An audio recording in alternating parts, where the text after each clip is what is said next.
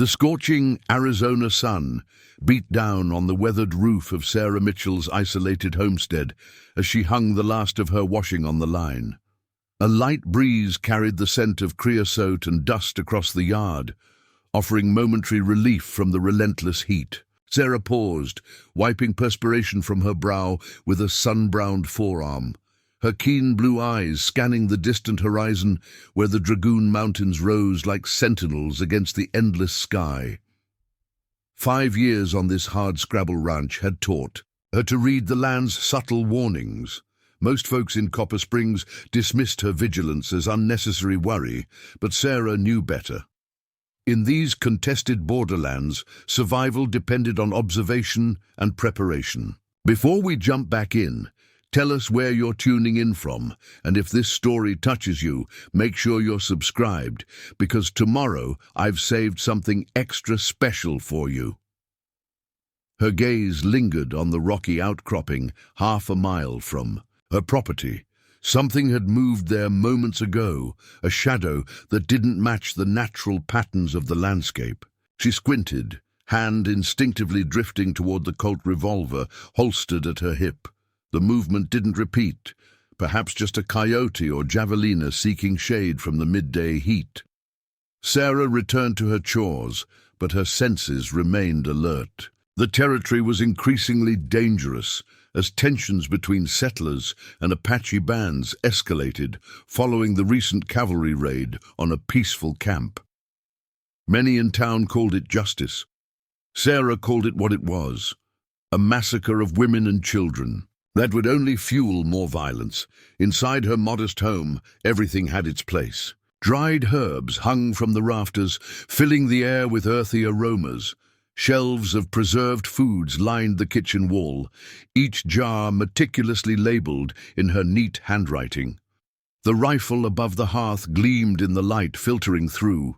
Cotton curtains, cleaned and loaded as it was every evening before sunset. The ranch had been her husband, Thomas's dream. When fever took him 3 winters ago, the townsfolk expected her to sell the property and return east to her family in Boston. Instead, Sarah had surprised everyone by keeping the land, learning to manage the small herd of cattle and defending her right to independence with quiet determination. "You're just asking for trouble living out here alone," Marshal Wilson had warned during his monthly patrol last week. "These are dangerous times, Mrs. Mitchell. Apache raiding parties have hit 3 homesteads north of here. You should consider moving into town until things settle." Sarah had thanked him for his concern, while politely declining his advice. The town's protection came with constraints she wasn't willing to accept, particularly the persistent pressure to remarry one of the eligible bachelors who circled her like vultures, awaiting a feast. The distant sound of hoofbeats interrupted her thoughts. Sarah moved to the window, watching as a cloud of dust announced a rider approaching from the direction of Copper Springs.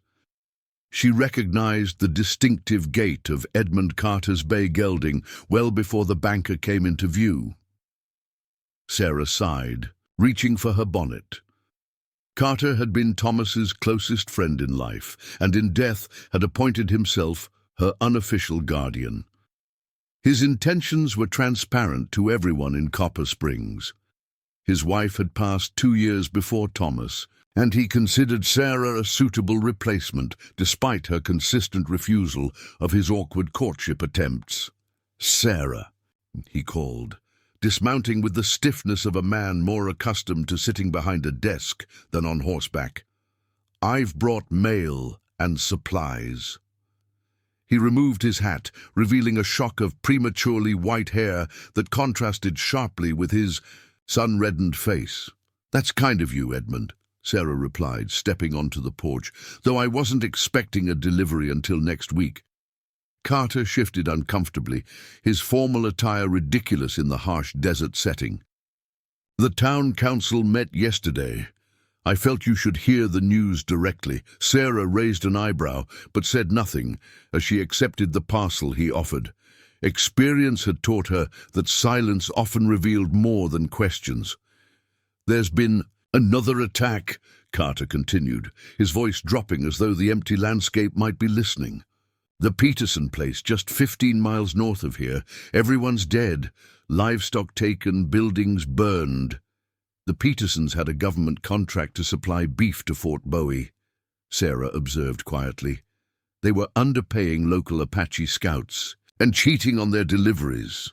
Carter's expression hardened. That doesn't justify butchery, nor does it justify assumption, Sarah countered. Rustlers and outlaws are just as likely. It was Apaches, Carter interrupted firmly. Army trackers confirmed it. The council has requested additional cavalry protection. In the meantime, we're organizing volunteer patrols. He paused, clearly, uncomfortable with what came next. Sarah, the council strongly recommends you relocate to town. Temporarily, of course. Sarah's spine straightened imperceptibly. And I strongly decline, Edmund. This ranch represents everything Thomas and I built together. Thomas would want you safe, Carter persisted. At least accept some protection. Young Taylor Crawford has volunteered to stay here as a guard.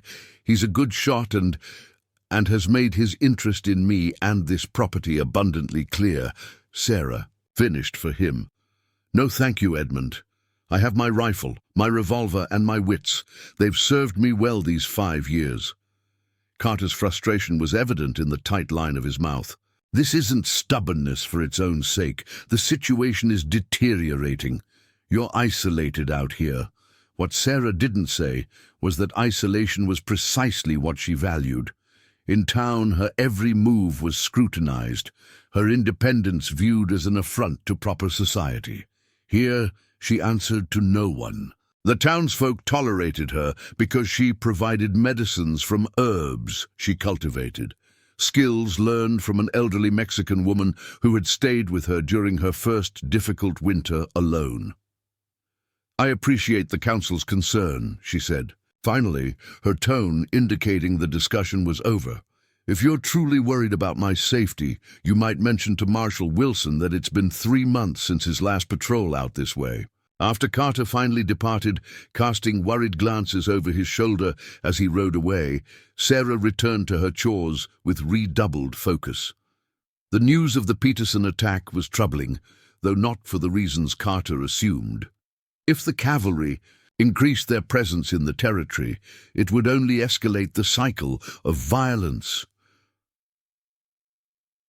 As evening approached, Sarah completed her daily security ritual, checking the perimeter of her small property, securing livestock in the corral nearest, the house, and preparing her weapons for the night. The desert transformed in the fading light, shadows lengthening as the heat of day surrendered to the coming cool of night. Sarah lit the lamp at her kitchen table and opened her journal, recording the day's events as she did every evening. Thomas had encouraged the habit, saying a person's memory was like quicksilver, slippery and prone to reshape itself with time. The written word provided anchor points for truth. Just as she finished the entry about Carter's visit, her border collie, Rusty, raised his head from his spot by the door, ears pricked forward in alert attention. A low growl rumbled in his throat. Sarah extinguished the lamp immediately, moving silently to retrieve her rifle. Years on the frontier had taught her that animals often detected threats long before humans. The moonless night offered perfect concealment for anyone approaching with ill intent. She waited in darkness, listening intently. For several minutes, the only sounds were the normal night chorus of insects and the occasional distant yip of coyotes. Then came a sound that didn't belong, the faint scrape of something dragging across rocky ground near her storage shed. Sarah moved to the window, careful to stand to the side rather than silhouette herself against the interior. At first, she saw nothing in the deep shadows beside the building. Then a darker shape separated from the blackness, a figure hunched low, moving with obvious difficulty. Her finger tensed on the rifle's trigger as the intruder stumbled into a shaft of starlight. It was a man, clutching his side where a dark, Stains spread across his buckskin shirt. As he collapsed against the wall of the shed, Sarah caught a glimpse of his face. Distinctly Apache, young, with features contorted in pain. Rusty growled again, louder this time. The wounded man's head snapped up, eyes scanning the darkness toward the house. He attempted to push himself upright, but faltered, sliding back to the ground. Sarah's mind raced through her options. The logical choice, the one anyone in Copper Springs would make without hesitation, would be to shoot the intruder, or at minimum keep him at gunpoint until help could arrive. Apache warriors had indeed been responsible for attacks on isolated homesteads, regardless of her reluctance to jump to conclusions with the Petersons. Yet something in the young man's desperate movements gave her pause. He was severely wounded, likely unable to pose any real threat. And there was something else. He wore a tattered remnant of a cavalry scout's bandana around his neck. The army employed Apache scouts from neutral or allied bands, men who often found themselves caught between two worlds, trusted by neither. For reasons she couldn't fully articulate, Sarah made a decision that ran counter to everything the frontier had taught her about self-preservation. Setting her rifle aside, she lit a small lantern and stepped onto the porch. "I know you're there," she called firmly. "I'm coming out. I have a gun, but I don't intend to use it unless you force me to." The wounded Apache remained motionless as she approached cautiously, Rusty staying close at her heels. As she drew nearer, the extent of his injuries became apparent. A deep knife wound in his side, a bullet grazed across his upper arm, and multiple contusions on his face and torso. He'd been systematically beaten before making his escape from whatever situation had left him in this condition. His dark eyes followed her movements with the wariness of a trapped animal. When she knelt beside him, he tensed, hand moving toward, a knife at his belt. "I'm not going to hurt you," Sarah said, keeping her voice steady. "You're injured. Let me help." The young man's expression remained guarded, but his hand dropped away from the weapon. He spoke a single word in Apache, then switched to heavily accented English. Why help? It was a fair question, one Sarah wasn't entirely sure she could answer. "Because you need it," she said simply, "and because that's an Army Scout's bandana you're wearing." A flicker of something crossed his face, surprise perhaps that she had noticed this detail. He nodded once, a barely perceptible movement. "Was a scout for Captain Reynolds, Fort Bowie." Sarah's mind worked quickly. Captain Reynolds had a reputation as one of the few Army officers who treated his indigenous scouts with respect. If this man had served under him, it partially explained the situation. "What's your name?" she asked, already examining the wound in his side with clinical detachment. He hesitated before answering. "John." Then, seeing her skeptical expression, he added, "White name, given at mission school, Apache name." He winced as she probed the wound. "Naicho, means strong." "Well, Naicho, you're going to need to be strong," Sarah replied, making a quick decision. "This wound needs cleaning and stitching. Can you walk if I help you?" He nodded grimly, and with considerable effort, they managed to get him inside the house. Sarah's practical nature took over as she gathered her medical supplies, knowledge gleaned from her father, a physician in Boston, enhanced by local remedies she'd learned in Arizona. "What happened?" she asked as she cleaned the knife wound, trying to distract him from the pain. Naicho's breathing was labored, but his voice remained steady. "Cavalry raid 3 days ago, at my people's camp. I was not there, on a scout mission. When returned, found," his voice faltered, "women, children dead, my brother's wife, his son. Soldiers said camp harbored warriors who attacked settlers." "The massacre near Whitetail Creek," Sarah said quietly. She'd heard whispers about it in town, accounts that contradicted the official story. "But you're wearing a scout's bandana. Why were you attacked?" Bitterness flashed in his eyes. "New lieutenant said Apaches can't be trusted anymore. That we help raids by giving information. Ordered scouts disarmed. Those who resisted, he gestured to his wounds. I escaped. 3 others did not. The implications were disturbing. If the army was turning on its own scouts, the delicate balance that had prevented all-out war in the territory was disintegrating. And if Nicho's account of the massacre was accurate, the violence would only escalate as surviving Apache warriors sought vengeance. Preparing and narrating this story took us a lot of time, so if you are enjoying it, subscribe to our channel. It means a lot to us. Now back to the story. You're not safe here, Sarah said as she finished bandaging his wounds. If they're looking for you, no one saw me come, Nicho interrupted. Traveled only at night, avoided trails. He studied her face with unexpected intensity. Why do you help? Your people hate Apache.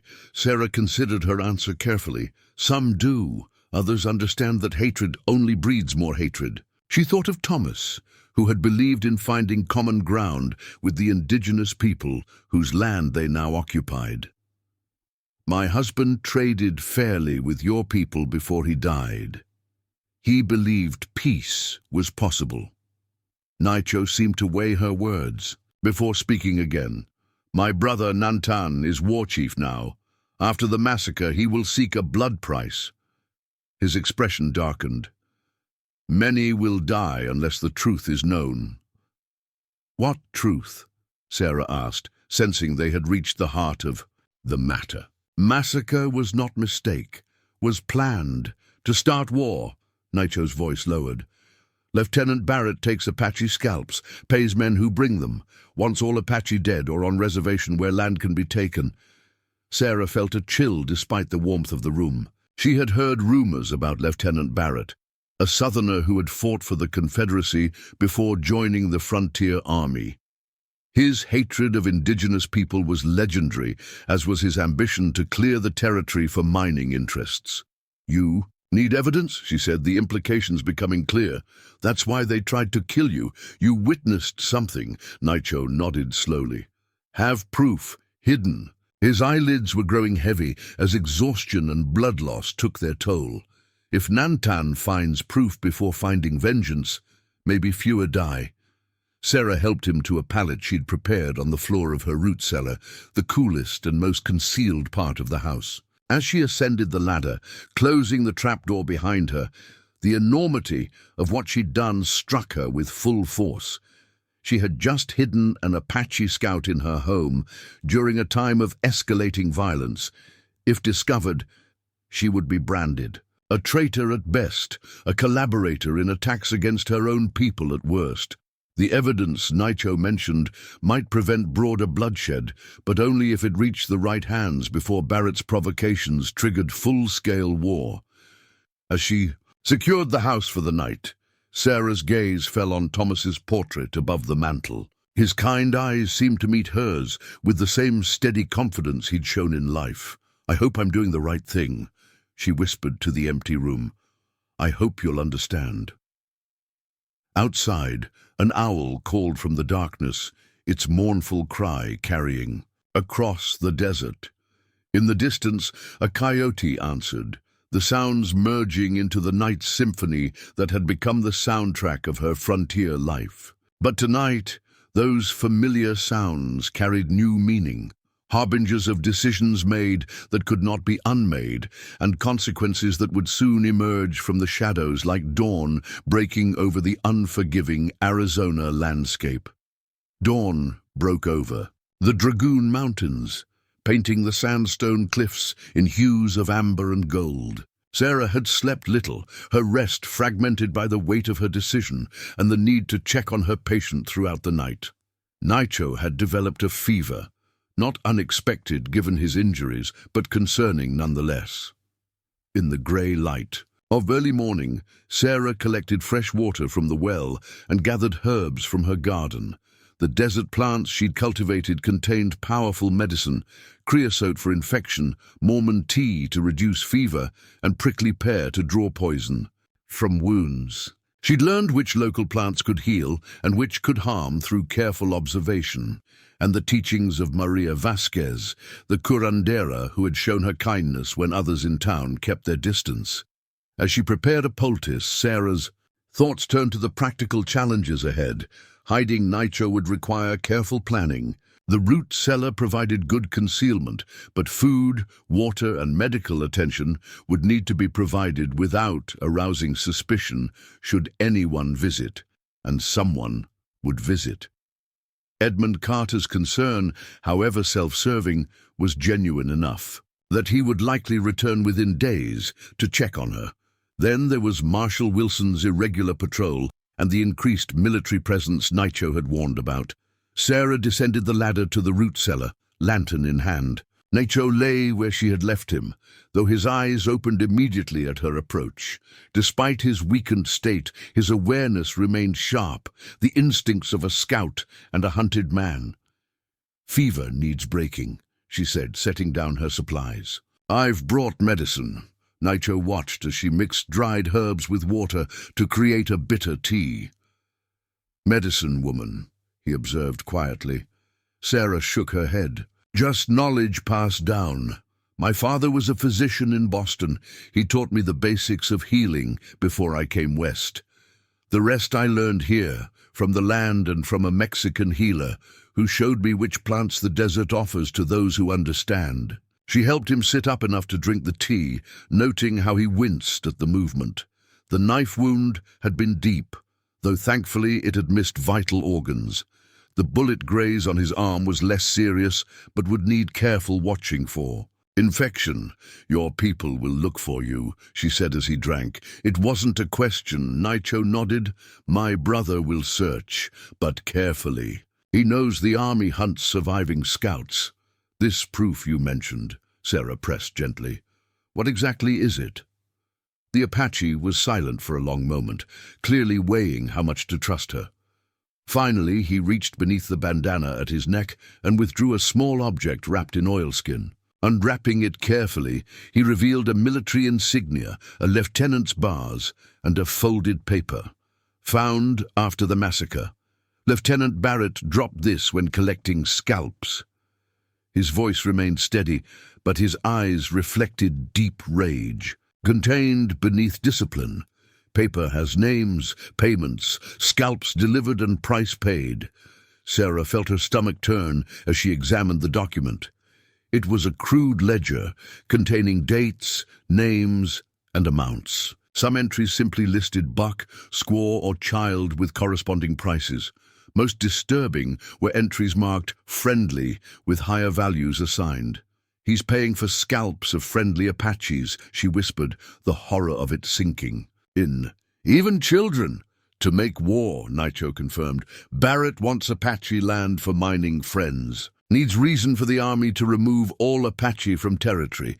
The implications were staggering. If Barrett succeeded in provoking a full-scale Apache uprising, the military response would be overwhelming. Every band in the territory would be hunted down and forced onto reservations. Exactly the outcome mining interests had been pushing for. "This needs to reach proper authorities," Sarah said, carefully refolding the paper. "Someone who will act on it rather than bury it." "Captain Reynolds," Nitro suggested. "Honest man.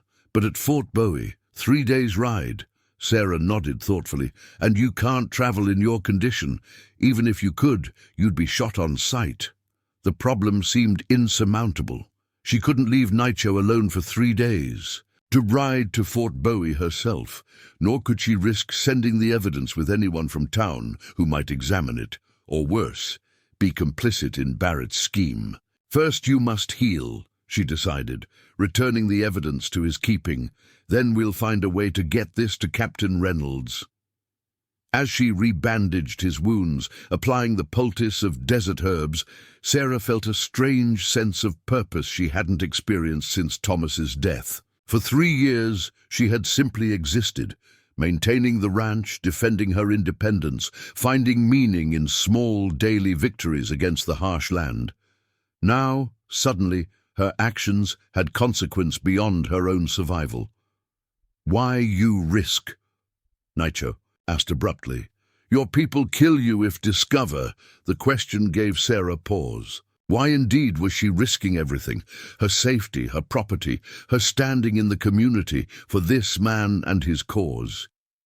Because what Barrett is doing is wrong, she answered finally. And because too many people look away from wrong when confronting it is difficult or dangerous. She secured the last bandage before continuing. My husband believed justice matters more than convenience. I try to honor that belief. Naisho studied her face with that same intensity he had shown the previous night. After a moment, he reached for his knife, a movement that made Sarah tense instinctively, but instead of wielding it as a weapon, he used it to cut a small strip of leather from his belt. With practiced fingers, he quickly wove it into a simple but distinctive pattern. Apache symbol of protection, he explained, offering the small token. If my people find you, show this. Tell them Anai Naicho, means Naicho's brother. Sarah accepted the gift with appropriate solemnity, understanding it represented a trust as significant as the one she had extended to him. Rest now, she instructed, gathering her supplies. I'll return with food later if anyone comes to the house. I will be silent as shadow, Naicho promised, his eyelids already growing heavy as the herbal tea took effect. Sarah ascended the ladder and secured the trapdoor, carefully arranging the rug over it. As she moved through her morning chores, feeding livestock, collecting eggs, tending the garden, her senses remained heightened, every distant sound drawing her attention. By midday, the heat had become oppressive, the air shimmering above the baked earth. Sarah was mending a shirt on the porch, strategically positioned to observe approaches from all directions, when she spotted dust rising from the trail leading toward town. Her first thought was that Edmund Carter had returned as expected, but as the riders drew closer, she recognized the distinctive blue uniforms of cavalry soldiers.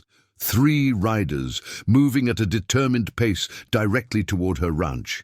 Sarah's heart hammered in her chest, but her face remained composed as she set aside her mending and stood to meet the approaching patrol. Rusty positioned himself at her side, sensing her tension. The lead rider was unfamiliar, a young lieutenant with a precisely trimmed mustache and cold eyes that assessed her property with calculating efficiency. The insignia on his uniform matched the one Naicho had shown her. Lieutenant Barrett. Mrs. Mitchell, he called, reining in his horse. Lieutenant James Barrett, 6th Cavalry. We're conducting a security sweep of outlying properties. That's considerate of you, Lieutenant, Sarah replied evenly. Though Marshal Wilson usually handles local security matters. Barrett dismounted, with fluid grace that spoke of a man comfortable with his authority. His 2 companions, a weathered sergeant and a younger private, remained mounted, their posture alert. These aren't usual times, ma'am, Barrett said, removing his hat with practiced courtesy that didn't reach his eyes. We've had reports of hostiles in the area, Apache renegades, including some former scouts who've turned against the army. Sarah maintained a neutral expression. I've heard about the Peterson attack, a terrible business. Indeed. Barrett's gaze swept the ranch buildings with professional assessment. You're quite isolated out here, Mrs. Mitchell. The army is concerned about the safety of citizens in outlying areas. I appreciate the concern, but I manage well enough. She gestured toward the house. Would you and your men care for water? The ride from Fort Bowie is a dusty one. Barrett smiled thinly. Thoughtful of you, ma'am, but we're not stationed at Bowie. My company's establishing a forward camp near Copper Springs to address the Apache threat more directly. The implication was clear. Barrett was operating with considerable autonomy, away from the oversight of Fort Bowie's command structure, and away from Captain Reynolds, who Naicho had indicated would oppose his methods. Have you observed any unusual activity recently? Barrett continued. Any signs of Apache movement near your property? Perhaps items missing that might have been taken? Nothing missing, Lieutenant, Sarah answered truthfully. And no sign of Apache activity. This, too, was technically true. Nacho had come to her property, not raided it. Barrett nodded, though his eyes continued to assess the surroundings. One of our scouts deserted 3 days ago. Apache fellow, likely headed back to his people with information about army movements. Dangerous situation. If you see any sign of him or any other Apache, you're to report it immediately. Of course, Sarah agreed, maintaining her composed demeanor despite the cold fear gripping her spine. Though I can't imagine why a deserter would come this way, rather than heading directly for Apache territory in the mountains. Apache scouts know the territory intimately, Barrett replied. He might take an indirect route to avoid pursuit. His gaze sharpened. The man is a traitor, Mrs. Mitchell. He abandoned his post after an engagement with hostile forces. That makes him an enemy combatant to be dealt with accordingly. The deliberate mischaracterization of what had happened, Nacho hadn't deserted, but escaped execution, confirmed everything the wounded scout had told her about Barrett's duplicity. I understand, Lieutenant. I'll be vigilant. Barrett seemed about to say more when his attention was caught by something near the corral. Interesting. Tracking method you've employed, Mrs. Mitchell. Sarah followed his gaze and felt her blood freeze. Near the water trough were distinctive markings in the dirt, circular patterns she had not made, clearly left by Nacho during his approach to her property the previous night. Old Apache trick, Barrett continued, studying the marks with narrowed eyes. Creates a safe approach path that avoids triggering alarms or traps. He looked back at her with a new assessment. Unusual knowledge for a rancher's widow. Sarah forced a casual shrug. My husband traded with peaceful Apache bands before the troubles started. Picked up a few of their methods. Those marks help me track which direction my cattle wander when they escape the corral. For a tense moment, Barrett's gaze held hers, skepticism evident in his expression. Then he nodded slightly, replacing his hat. We'll continue our patrol, Mrs. Mitchell. Remember, any sign of Apache activity is to be reported immediately, for your own safety. His tone carried a subtle threat beneath the concern. The sergeant here will provide you with our camp's location. The older soldier dismounted briefly to hand Sarah a crudely drawn map showing the position of Barrett's new encampment, close enough to her ranch that a patrol could arrive within an hour if summoned. As the soldiers departed, Sarah maintained her composed expression until they disappeared from view. Only then did she release the breath she'd been holding, her hands trembling slightly as the danger of the encounter registered fully. Barrett was hunting Nacho specifically, not just any Apache scouts who had escaped the massacre. He suspected, or at least considered the possibility, that the scout might have come this way, and he had noticed the tracking marks, connecting them immediately to Apache methods. The lieutenant was more dangerous than she had initially realized, observant, intelligent, and deeply suspicious. If he returned with more questions or decided to search the property, Sarah pushed the thought aside, focusing instead on immediate concerns. She needed to warn Nacho about Barrett's patrol and proximity, and she needed to accelerate his healing so he could travel as soon as possible. The evidence he carried had to reach Captain Reynolds before Barrett's campaign of provocation triggered the full-scale war he was clearly working to instigate. When she descended to the root cellar later that afternoon, she found Nacho awake and alert despite his fever. One look at her face told him something had happened. Soldiers, she confirmed before he could ask. Lieutenant Barrett himself, with 2 others. They're looking for you, specifically. Nacho's expression darkened. He fears what I know, what I can prove. He's established a camp near Copper Springs, less than an hour's ride from here. Sarah showed him the map the sergeant had provided. This changes everything. We need to get you mobile phone as soon as possible. Not yet strong enough, Nacho admitted with evident frustration. Wound still bleeds inside. Need 3 days, maybe 4. Sarah paced the small confines of the cellar. "We may not have 4 days. Barrett noticed Apache tracking marks by the corral. He's suspicious already." Nitro considered this information with the calculated assessment of a scout accustomed to evaluating tactical situations. "He will return," he concluded. "Maybe not tomorrow, but soon, with more men to search." "Then we need a better hiding place," Sarah decided. "Somewhere they won't think to look, even if they search the property thoroughly."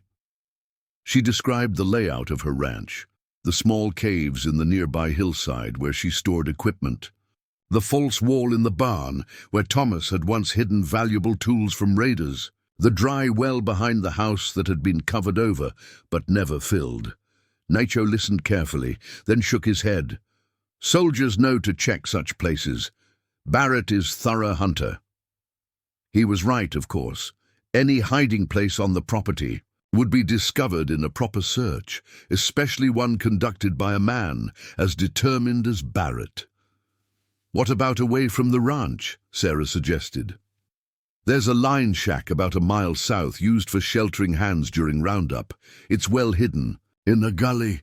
Again, Nitro shook his head. "First place they check when expanding search." Frustration mounted as each potential solution revealed new problems. The reality of their situation was becoming clear. There was no truly safe place to hide Nitro if Barrett returned with a proper search party. As darkness fell outside, Sarah lit the lantern and studied the wounded scout's face.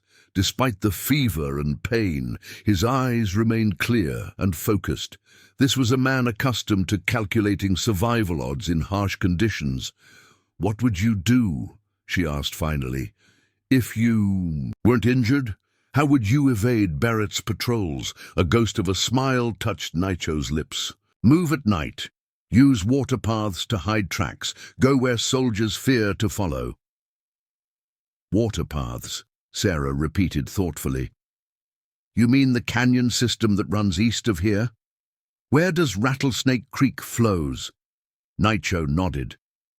"Apache travel. Canyon in darkness. Rock holds no tracks. Water erases scent. Many hidden caves cavalry cannot find."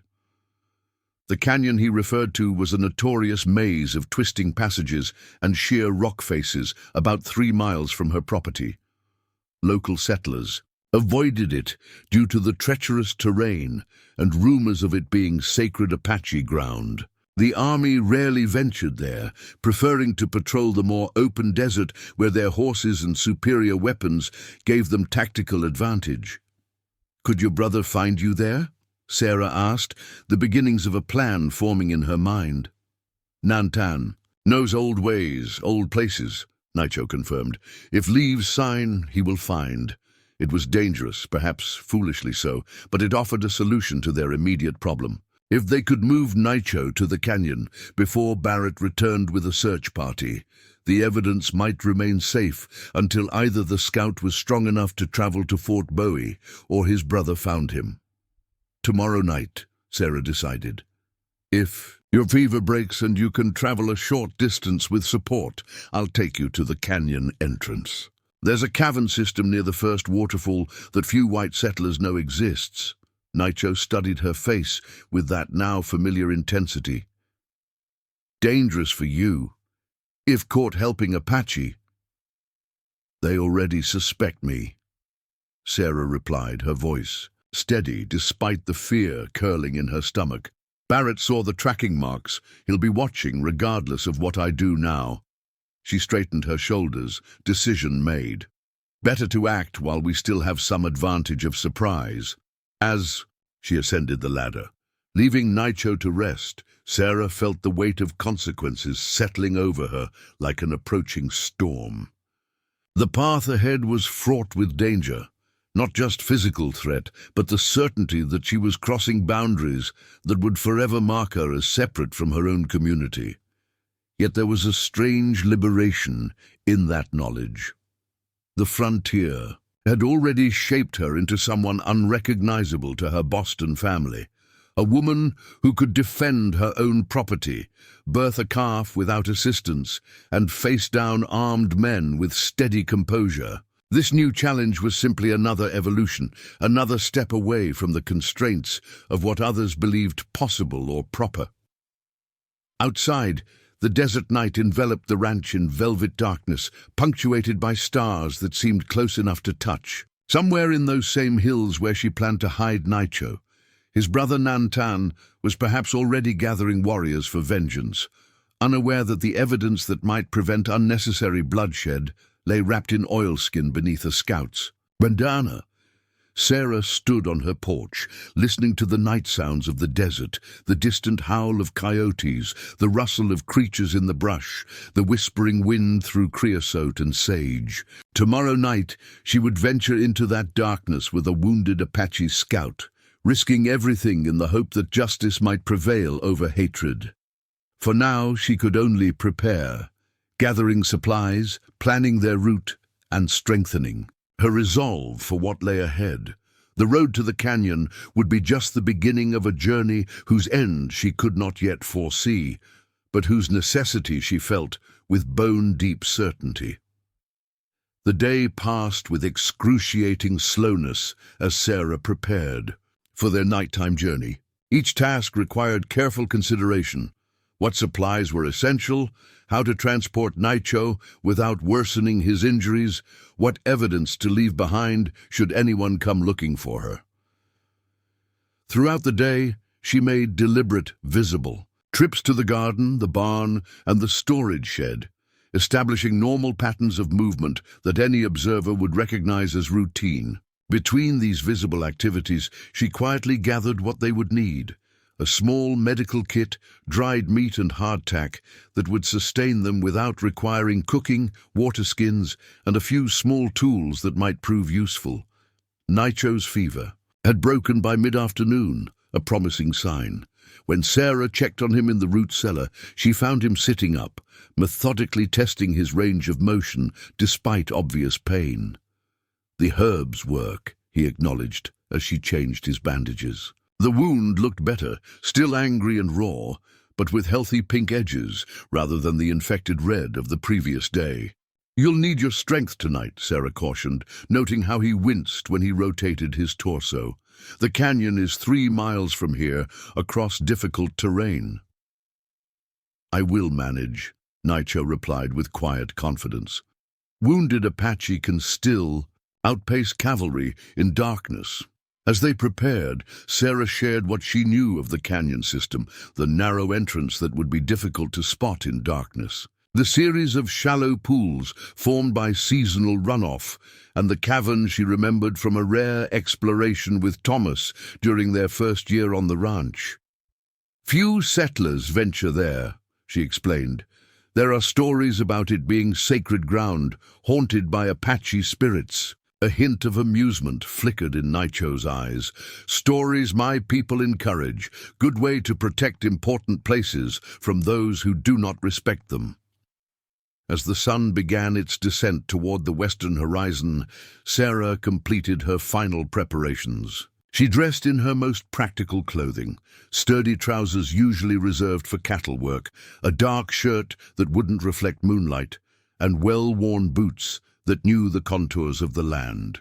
Around her neck, hidden beneath her collar, she placed the protective token Naicho had created. Her revolver was secured at her hip, and a knife was strapped to her boot. In a saddlebag packed for their journey, she included a small looking glass, not for vanity, but as Thomas had taught her, for signaling in emergencies. Dusk arrived with a spectacular display of color that gradually faded to deep blue, then to the velvety blackness of a desert night. Sarah waited until full darkness before retrieving Naicho from the root cellar. She had decided against using horses, which might leave trackable evidence of their departure. Instead, she had fashioned a travois that she could pull herself, allowing the injured scout to conserve his strength. "We'll follow the dry creek bed east," she explained, as she helped him settle onto the travois. "It adds some distance, but provides better cover and softer ground."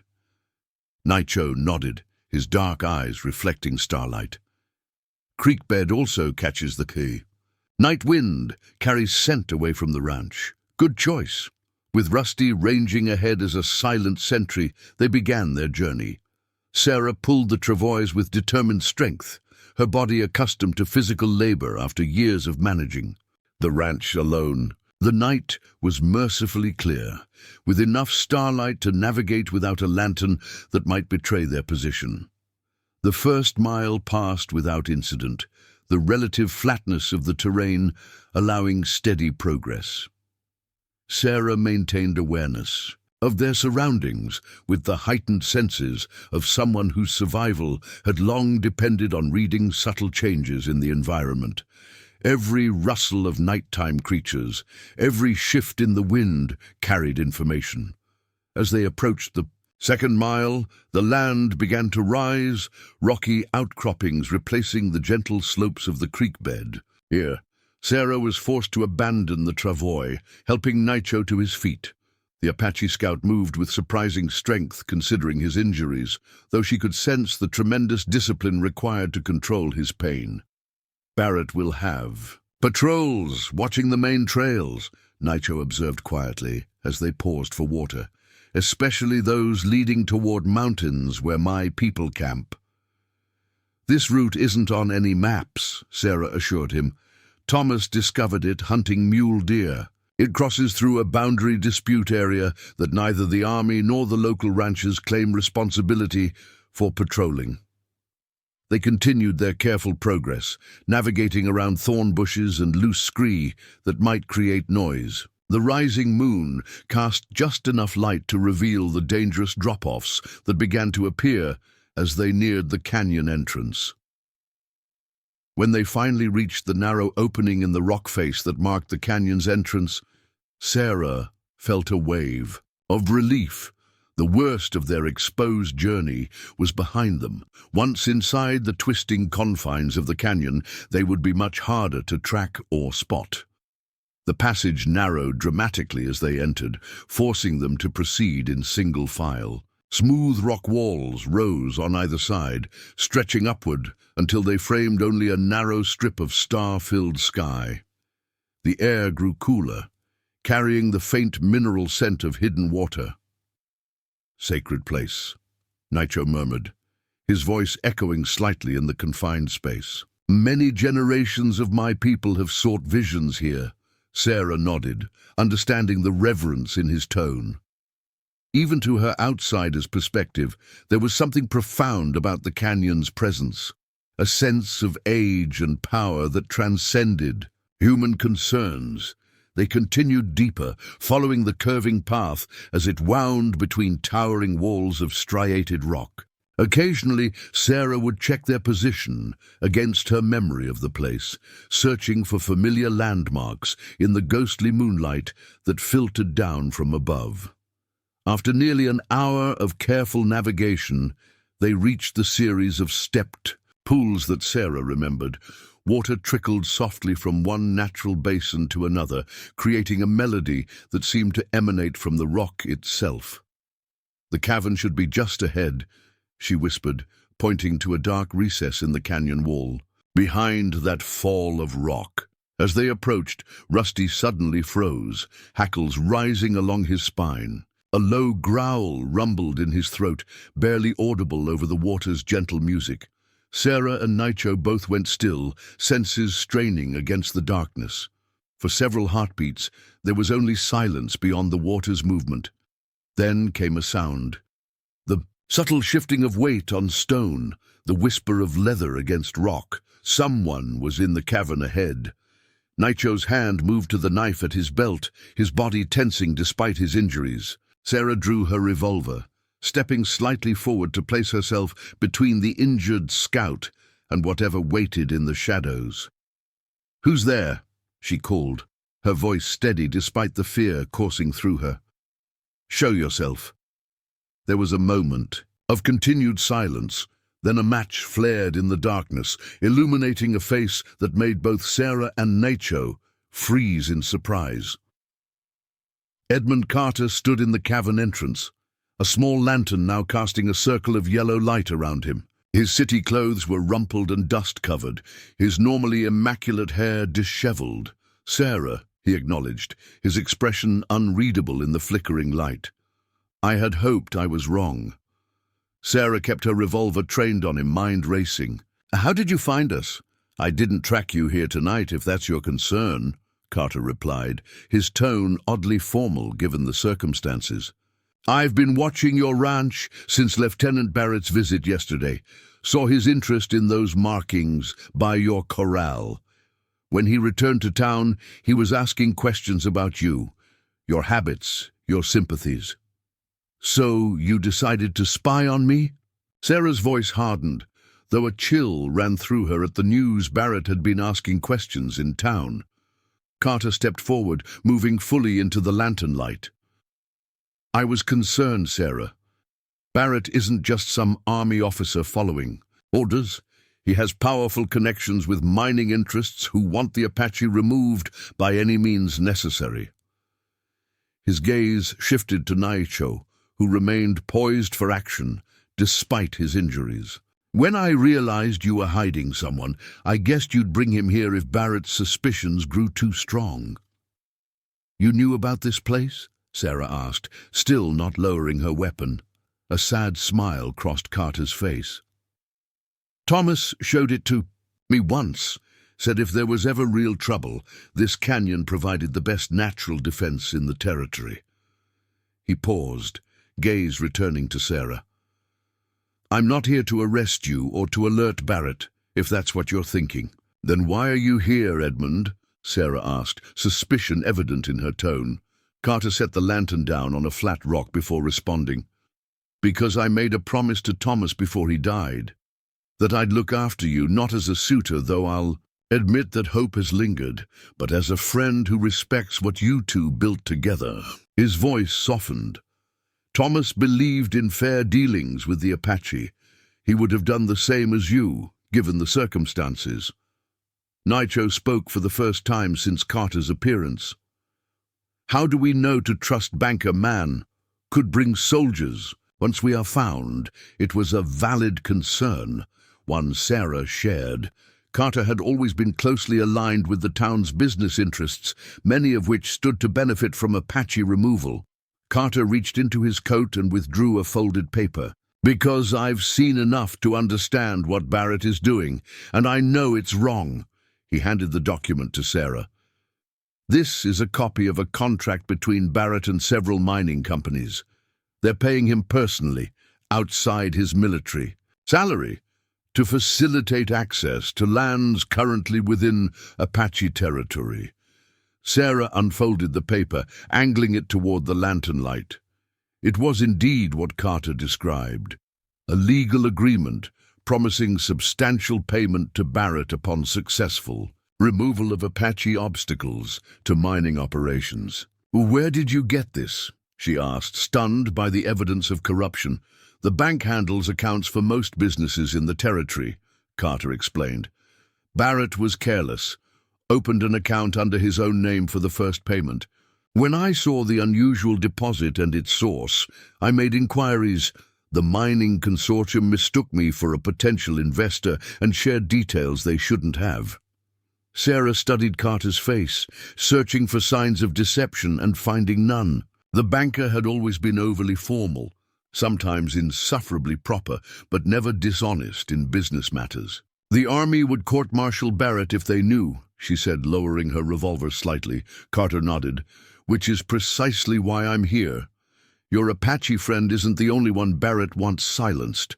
3 days ago, my assistant was beaten, severely after asking questions about Barrett's account at my direction.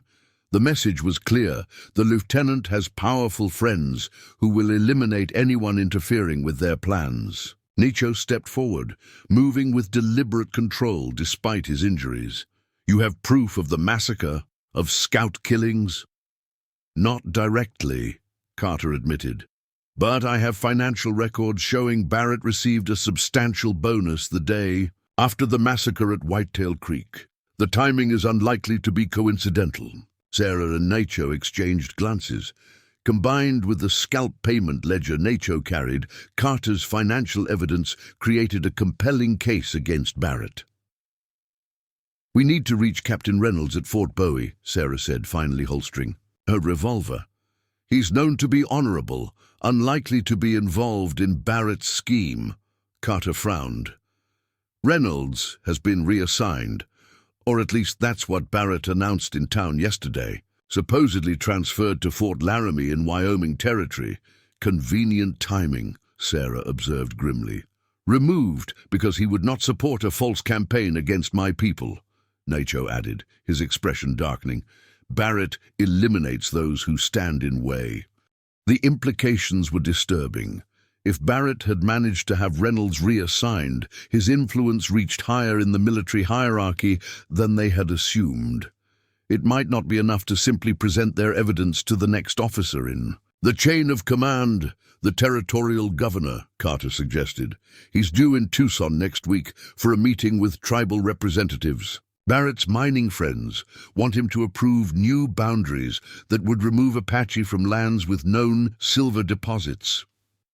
Sarah considered this option. The governor might listen, especially if presented with evidence of a military officer conspiring with private interests and instigating attacks for personal gain. "Tucson is 6 days' hard ride," Nacho pointed out. "My brother may not wait that long before seeking vengeance for massacre." He looked troubled.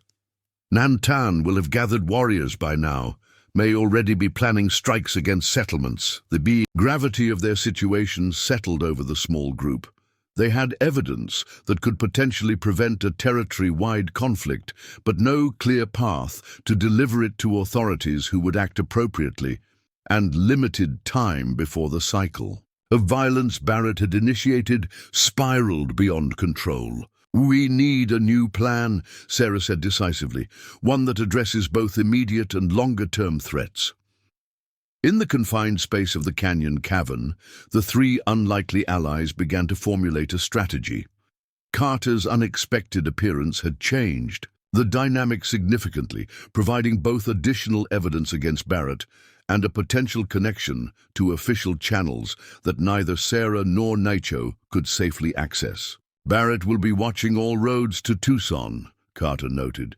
"He has men stationed at key crossings, ostensibly to protect travelers from Apache attacks." "Then we don't use roads," Nacho replied simply. "Apache paths through mountains faster. Anyway, 6 days becomes 4 for those who know the old ways." Sarah nodded slowly, an idea taking shape. "Edmund, you need to return to town as if nothing has changed. Maintain your normal routine, prevent Barrett from becoming suspicious of your involvement." Carter looked skeptical. "And leave you alone out here." "Sarah, that's necessary," she interrupted firmly.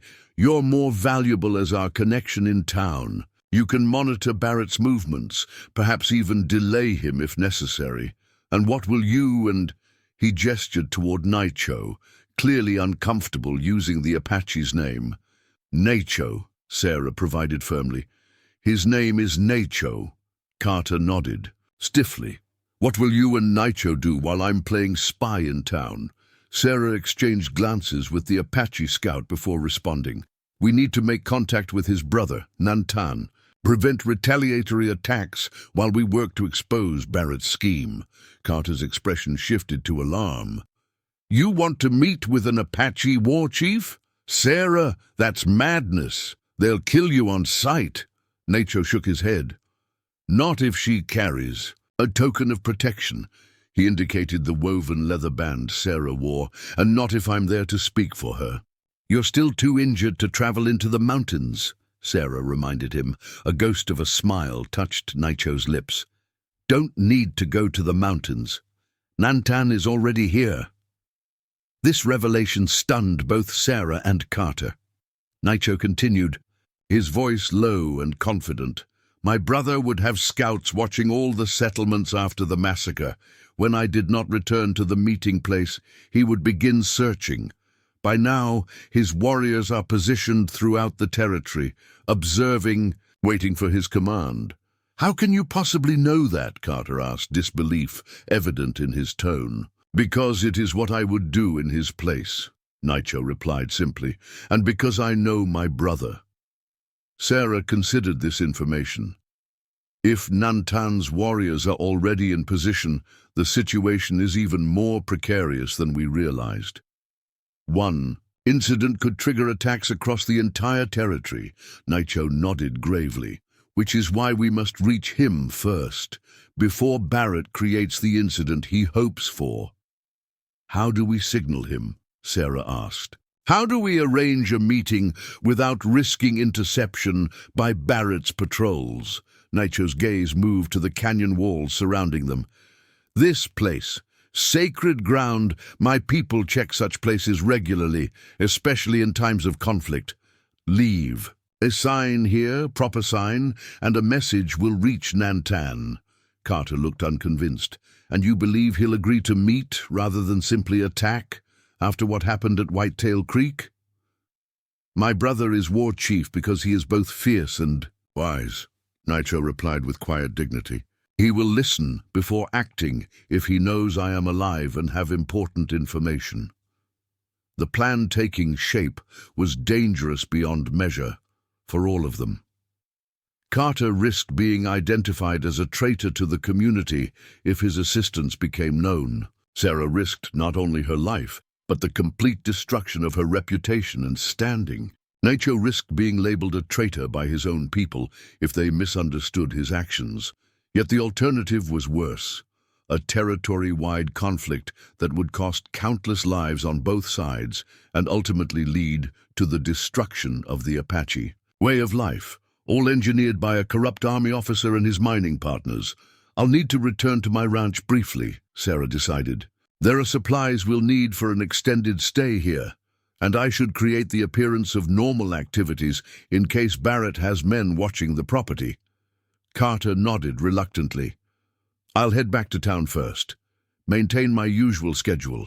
If Barrett asks, I'll mention seeing your lamplit last night as I passed by. Suggest you're simply continuing your normal routine despite the Apache threat. Naicho, who had been examining the cavern with a scout's practiced assessment, rejoined them. This place, good for healing, for waiting, has water, defensible position, multiple escape routes. He pointed to a narrow fissure at the rear of the cavern. That opening connects to higher passages, can observe approaches without being seen. The three continued developing their strategy as night deepened around them. By the time false dawn began to lighten the eastern sky, they had established a plan with clear responsibilities for each participant. Carter would return to town, gathering additional evidence of Barrett's corruption while monitoring the lieutenant's activities. Sarah would retrieve essential supplies from her ranch, then help Naicho create the signs that would hopefully bring his brother to the canyon for a meeting. Meanwhile, Naicho would use the protected environment of the cavern to continue healing, regaining strength for what might lie ahead. As Carter prepared to leave, gathering his lantern and straightening his rumpled clothing as best he could, he turned to Sarah with uncharacteristic emotion in his expression. Thomas would be proud of you, he said quietly. He always said you had more courage than anyone he'd ever known. Sarah felt a tightness in her throat at the unexpected words. Thank you, Edmund, for understanding, for helping. After Carter departed, following Sarah's guidance on the least visible route back toward town, she turned to find Naicho watching her with thoughtful assessment. Banker man loves you, he observed matter-of-factly. Sarah sighed, settling onto a flat rock at the cavern's entrance. In his way, perhaps, though I think it's more the idea of me that appeals to him, the respectable widow who would bring social standing to his household. Naicho lowered himself carefully beside her, mindful of his healing wounds. He came to dangerous place, alone to warn you, shows true heart beneath formal words. It was an unexpectedly perceptive observation from someone who had only just met Carter. Sarah found herself nodding slowly in agreement. Edmund has always been bound by conventions, but yes, there is a good heart there. She watched the growing light illuminate the canyon walls. People are rarely exactly what they first appear to be. Naicho followed her gaze to where the rising sun was beginning to paint the upper reaches of the canyon in gold and amber hues. Like this place, seems like a trap, walls closing in, no escape, but actually a sanctuary for those who understand its nature. As the new day fully arrived, bringing with it both promise and peril, Sarah felt a strange sense of clarity despite the dangers that surrounded them.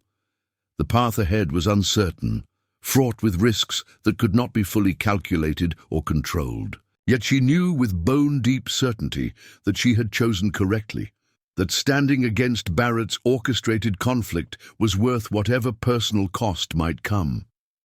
Beside her, Nicho began carefully arranging small stones in a pattern that would be meaningless to most observers, but would carry clear significance to his brother's scouts. The message taking shape was simple but profound.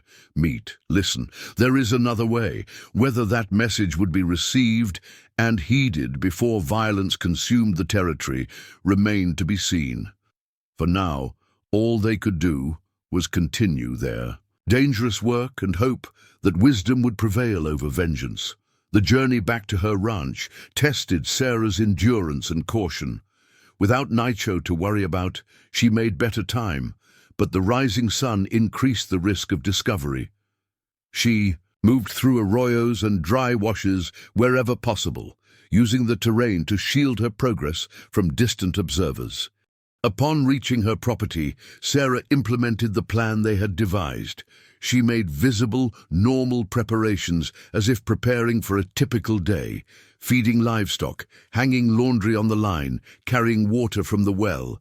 Anyone watching would see routine activities suggesting she had spent an ordinary night at home.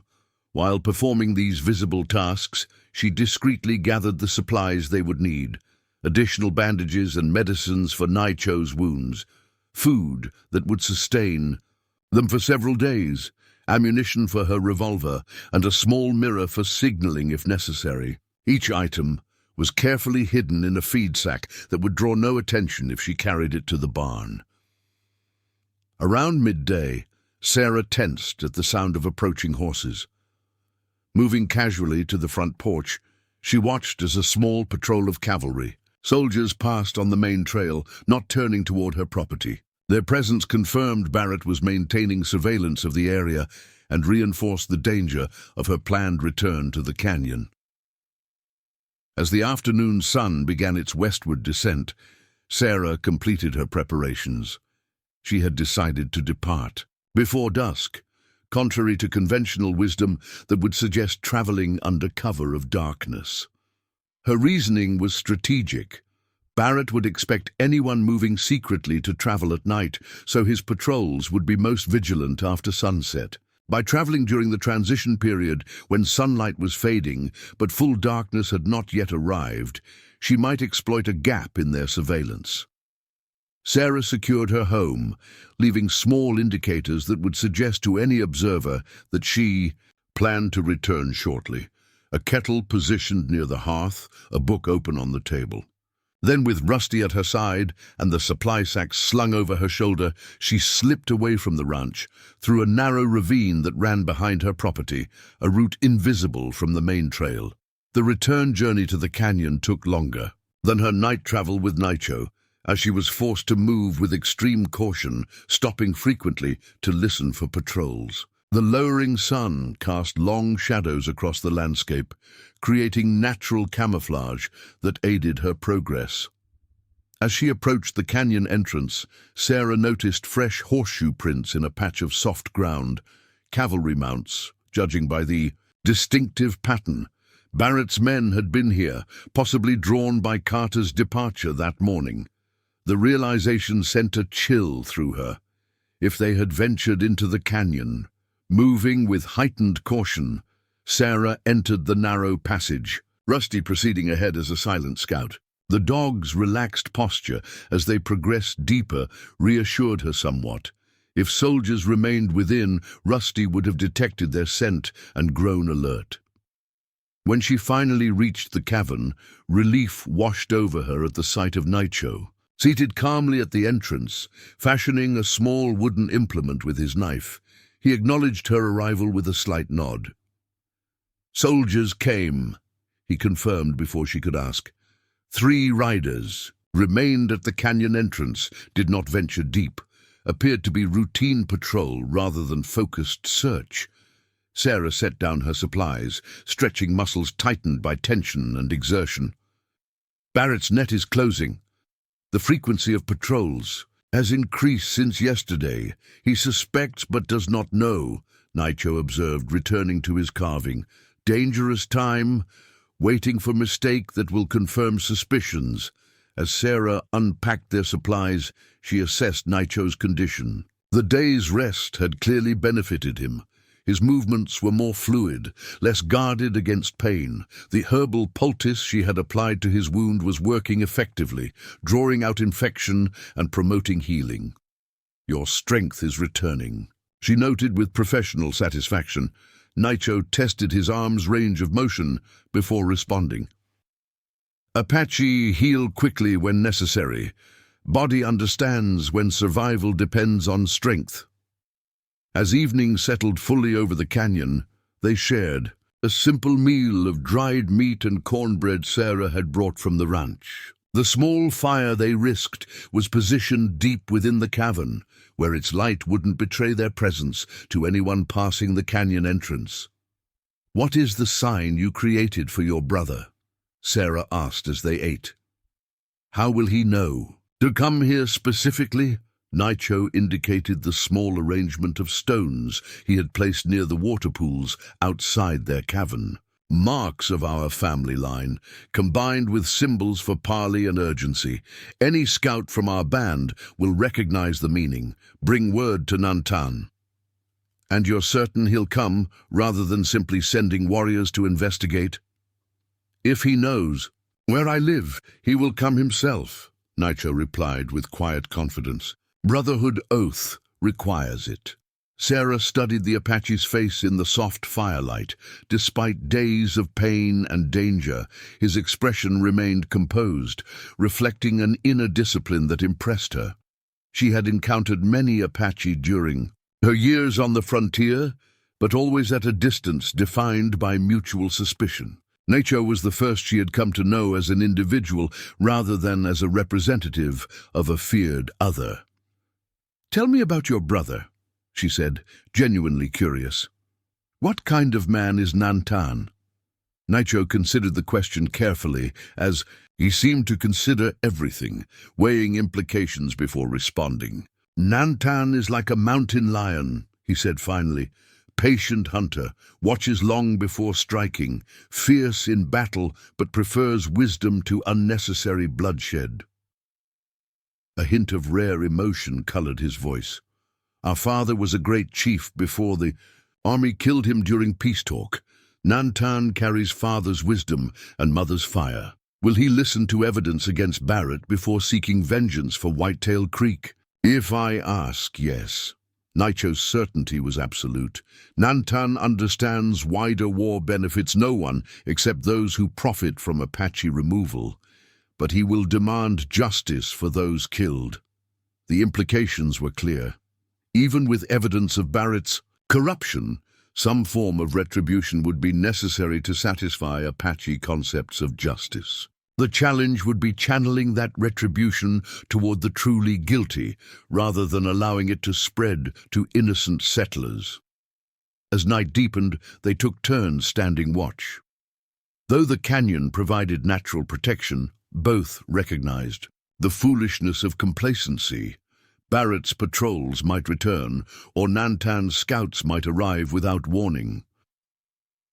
During her watch, Sarah found herself reflecting on the extraordinary circumstances that had brought her to this moment. 5 years ago, she had been the proper wife of an army captain turned rancher, hosting occasional dinner parties for neighboring settlers and carefully maintaining connections to civilization despite frontier hardships.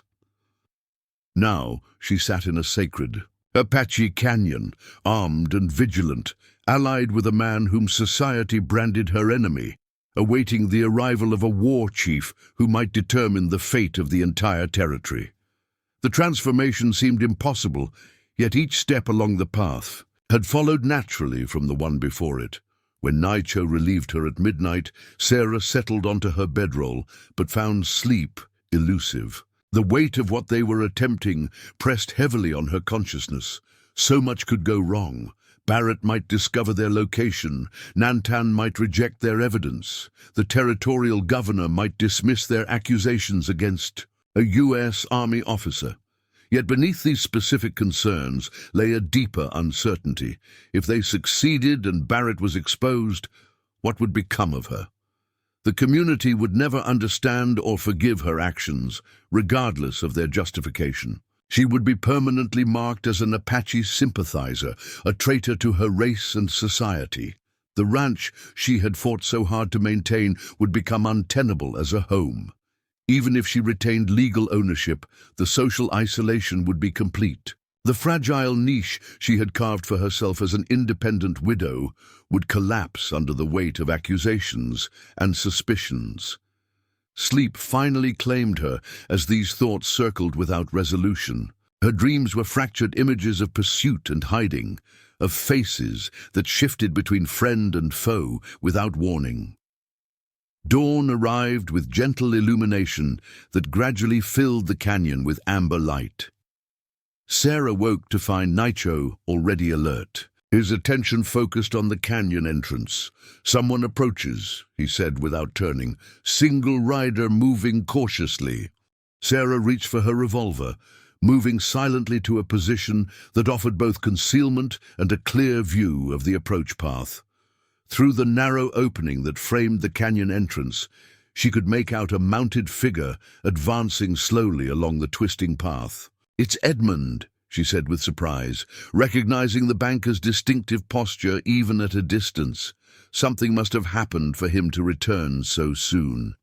They waited as Carter navigated the increasingly narrow passage, eventually dismounting.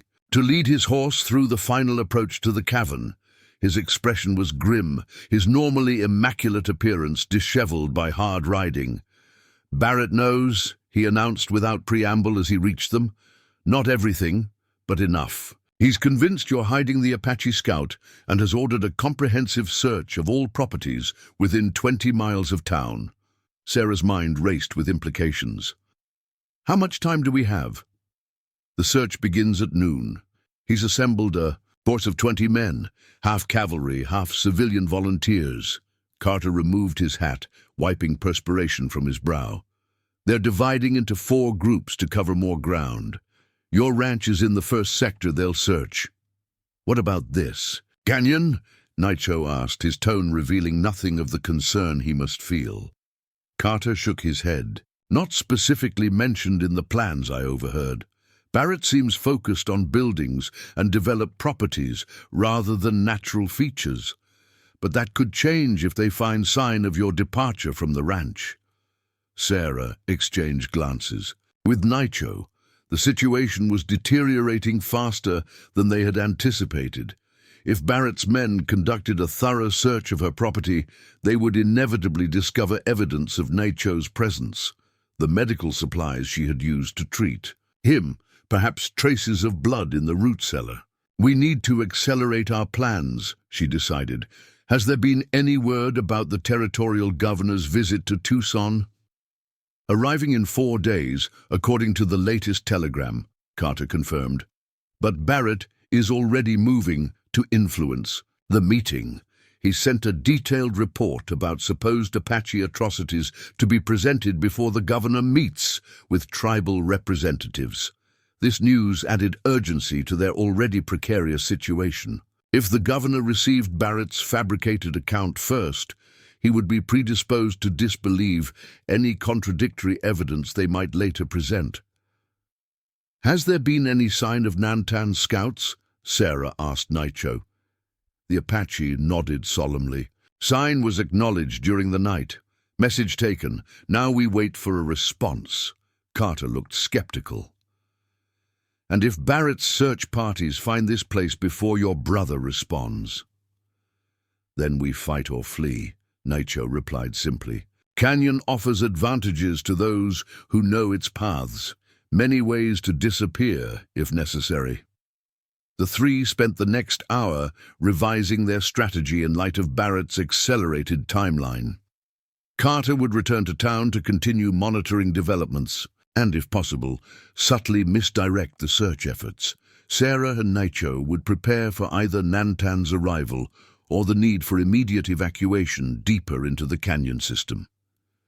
As Carter prepared to depart, he hesitated, clearly troubled by unspoken concerns. "Sarah," he began awkwardly, "if this goes badly, if Barrett discovers your involvement before we can present our evidence—" "I understand the risks, Edmund," she interrupted gently. "Do you?" His voice was uncharacteristically emotional. "Barrett isn't just some overzealous officer. He's a killer who's become very skilled at making murder appear justified. If he connects you to this Apache scout, he won't simply arrest you. He'll create a narrative where your death was necessary and unavoidable." The starkness of the assessment hung in the air between them. Sarah had recognized the danger intellectually, but Carter's words crystallized the personal threat Barrett represented. "I can offer you safe passage," Carter continued. "My bank has connections in California. If we leave now, travel through the night, we could reach the stage depot at Crawford Station by morning. From there, I can't abandon this, Edmund." Sarah interrupted, her voice gentle but firm. "Whatever happens, I need to see it through." Carter studied her face for a long moment before nodding reluctantly. "Then at least take this." He reached into his coat and withdrew a small Derringer pistol. "Keep it concealed, as a last resort if all else fails." Sarah accepted the weapon, tucking it into her boot where it would remain hidden but accessible. The gesture touched her, practical, thoughtful, and free from the condescension that typically characterized men's concern for her welfare. "Thank you," she said simply, "for everything." After Carter departed, Sarah and Naicho set about preparing for the various scenarios that might unfold. They assembled small caches of supplies at strategic points deeper in the canyon, ensuring they could retreat quickly if necessary. Naicho familiarized Sarah with additional escape routes, showing her narrow fissures in the rock that led to higher passages and eventually to the rim rock above the canyon. "Your banker friend cares deeply," Naicho observed as they worked. "Risks, much to help," Sarah nodded, surprised by how her perception of Edmund Carter had evolved over the past days. The stuffy, proper banker who had irritated her with his persistent courtship had revealed depths of character she hadn't anticipated. "He was Thomas's friend before becoming mine," she replied. "I think he feels he's fulfilling a promise." Naicho made a sound that might have been amusement. "Tells himself that. Easier than admitting heart's truth." Before Sarah could respond to this unexpectedly perceptive observation, Rusty suddenly raised his head, ears pricked forward. A low growl rumbled in his throat, not the aggressive warning he gave for strangers, but an alert of uncertain threat. Naicho went completely still, head slightly tilted in a listening posture that reminded Sarah of a deer sensing danger. Then, with fluid motion belying his recent injuries, he moved toward the cavern entrance, signaling for Sarah to remain back. She ignored the instruction, drawing her revolver as she followed him to a position that offered a view of the canyon. Approach while maintaining cover. For several minutes, they waited in tense silence, straining to detect whatever had alerted Rusty's keen senses. The first indication came as a subtle shift in the quality of light, a momentary shadow passing across the canyon wall where no cloud had crossed the sun. Then, silently as mist settling into a valley, figures appeared among the rocks, flanking the approach to their cavern. 5 Apache warriors materialized from surroundings where Sarah would have sworn no one could hide. Their faces were painted with red and black designs that transformed human features into something otherworldly and terrifying. Each carried multiple weapons, bows, lances, knives, positioned for immediate use, but it was the 6th figure who commanded attention, emerging last from the shadows with the controlled power of a predator confident in its dominance.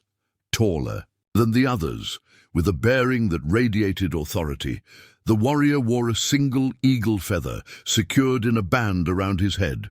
His chest crossed with bandoliers of ammunition for the modern rifle held casually in his hands. "Nantan," Naicho said softly, stepping forward into the open space before the cavern.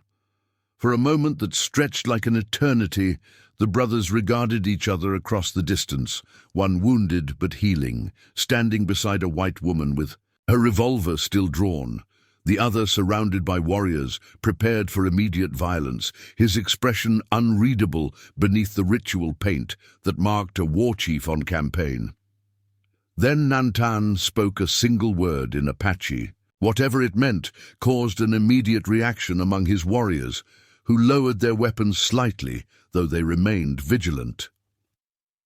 Naicho responded in their shared language, his words flowing too quickly for Sarah to catch any of the few Apache phrases she recognized. As he spoke, Nantan's gaze shifted to her, dark eyes assessing with penetrating intensity. Conscious that her next actions might determine not just her fate, but potentially that of many others, Sarah slowly holstered her revolver, then reached beneath her collar to withdraw the woven leather token Naicho had given her. She held it visible in her open palm, then spoke the phrase he had taught her, "Ana-i Naicho." Nantan's expression flickered with what might have been a surprise. He responded with a rapid series of questions directed at his brother. Naicho answered at length, occasionally gesturing towards Sarah or pointing to his healing wounds. The tension in the canyon was palpable as this exchange continued. Sarah remained still, recognizing that this moment balanced on a knife's edge between potential peace and immediate violence. The Apache warriors watched her with unwavering attention, their weapons still ready despite being lowered. Finally, Nantan stepped forward, crossing half the distance between them. He spoke directly to Sarah in accented but clear English. "My brother says you saved his life when others of your kind would have taken it, that you risk your own safety to help prevent greater bloodshed." His tone revealed nothing of whether he believed this assessment. Why would a white woman help an Apache scout? Why take such a risk? It was the essential question, one Sarah had asked herself repeatedly since finding Naicho wounded beside her storage shed. The answer had evolved with each passing day, becoming clearer as events unfolded. "Because justice matters more than the color of one's skin," she replied, meeting his gaze directly. "Because Lieutenant Barrett is deliberately creating conflict to profit from Apache suffering. And because your brother carries proof that could stop a war before it begins, if the right people see it." Nantan studied her face with the same penetrating intensity his brother had shown. Whatever he sought, fear, deception, weakness, he apparently did not find it. After a long moment, he turned back to Naicho and spoke again in Apache. Naicho responded by withdrawing the oilskin packet containing Barrett's scalp payment ledger.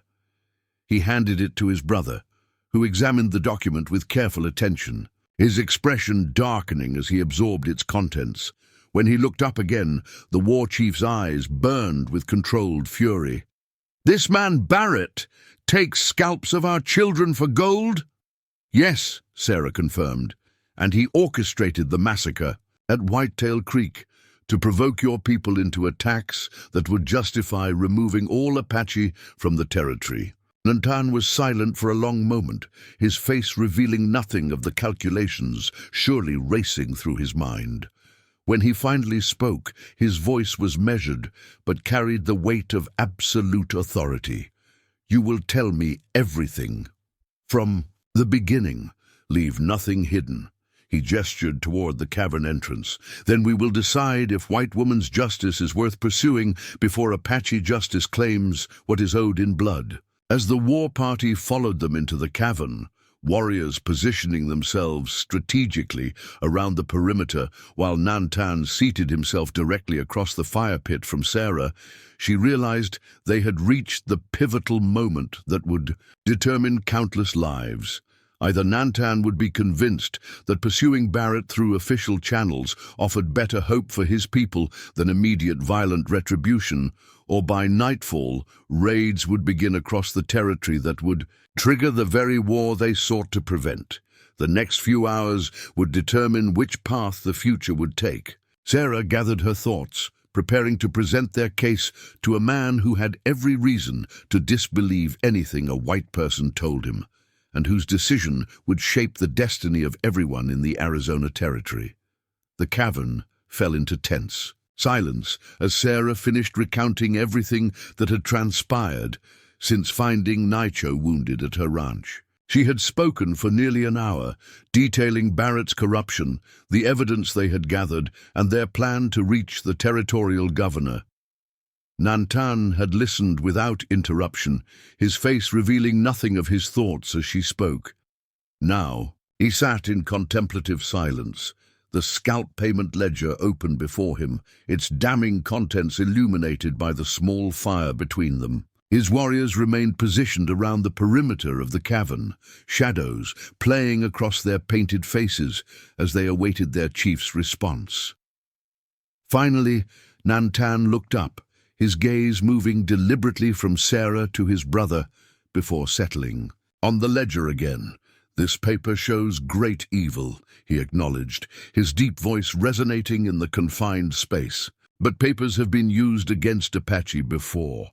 White man's writing says one thing when spoken words promise another." "This is different," Sarah insisted. "Barrett's own handwriting documents his crimes. Combined with the financial records Edmund Carter discovered, it creates a case that even his allies couldn't dismiss." Nantan's expression hardened. "You speak of justice through white man's law, yet my people lie dead at Whitetail Creek. Children who will never grow to adulthood. Mothers who will birth no more children. What justice exists for them in the governor's office or army court?" It was the central question, one without an easy answer. Sarah chose her words carefully, aware that Nantan's decision hung on how he received her response. True justice would restore their lives, but that's beyond any court's power. What remains possible is preventing more deaths, both Apache and settler, by stopping Barrett before his plan succeeds. She met Nantan's intense gaze. "The territorial governor has authority to remove Barrett from command and order an investigation that could lead to his execution for murder." "If the governor believes the evidence," Nantan countered. "If papers reach him before Barrett creates more lies." Many ifs in this path. Nicho, who had remained largely silent during Sarah's explanation, now spoke to his brother in Apache. Though Sarah couldn't understand the words, their effect on Nantan was visible. A subtle shift in his posture, a flicker of consideration in his expression. When Nicho finished, Nantan responded briefly, then turned back to Sarah.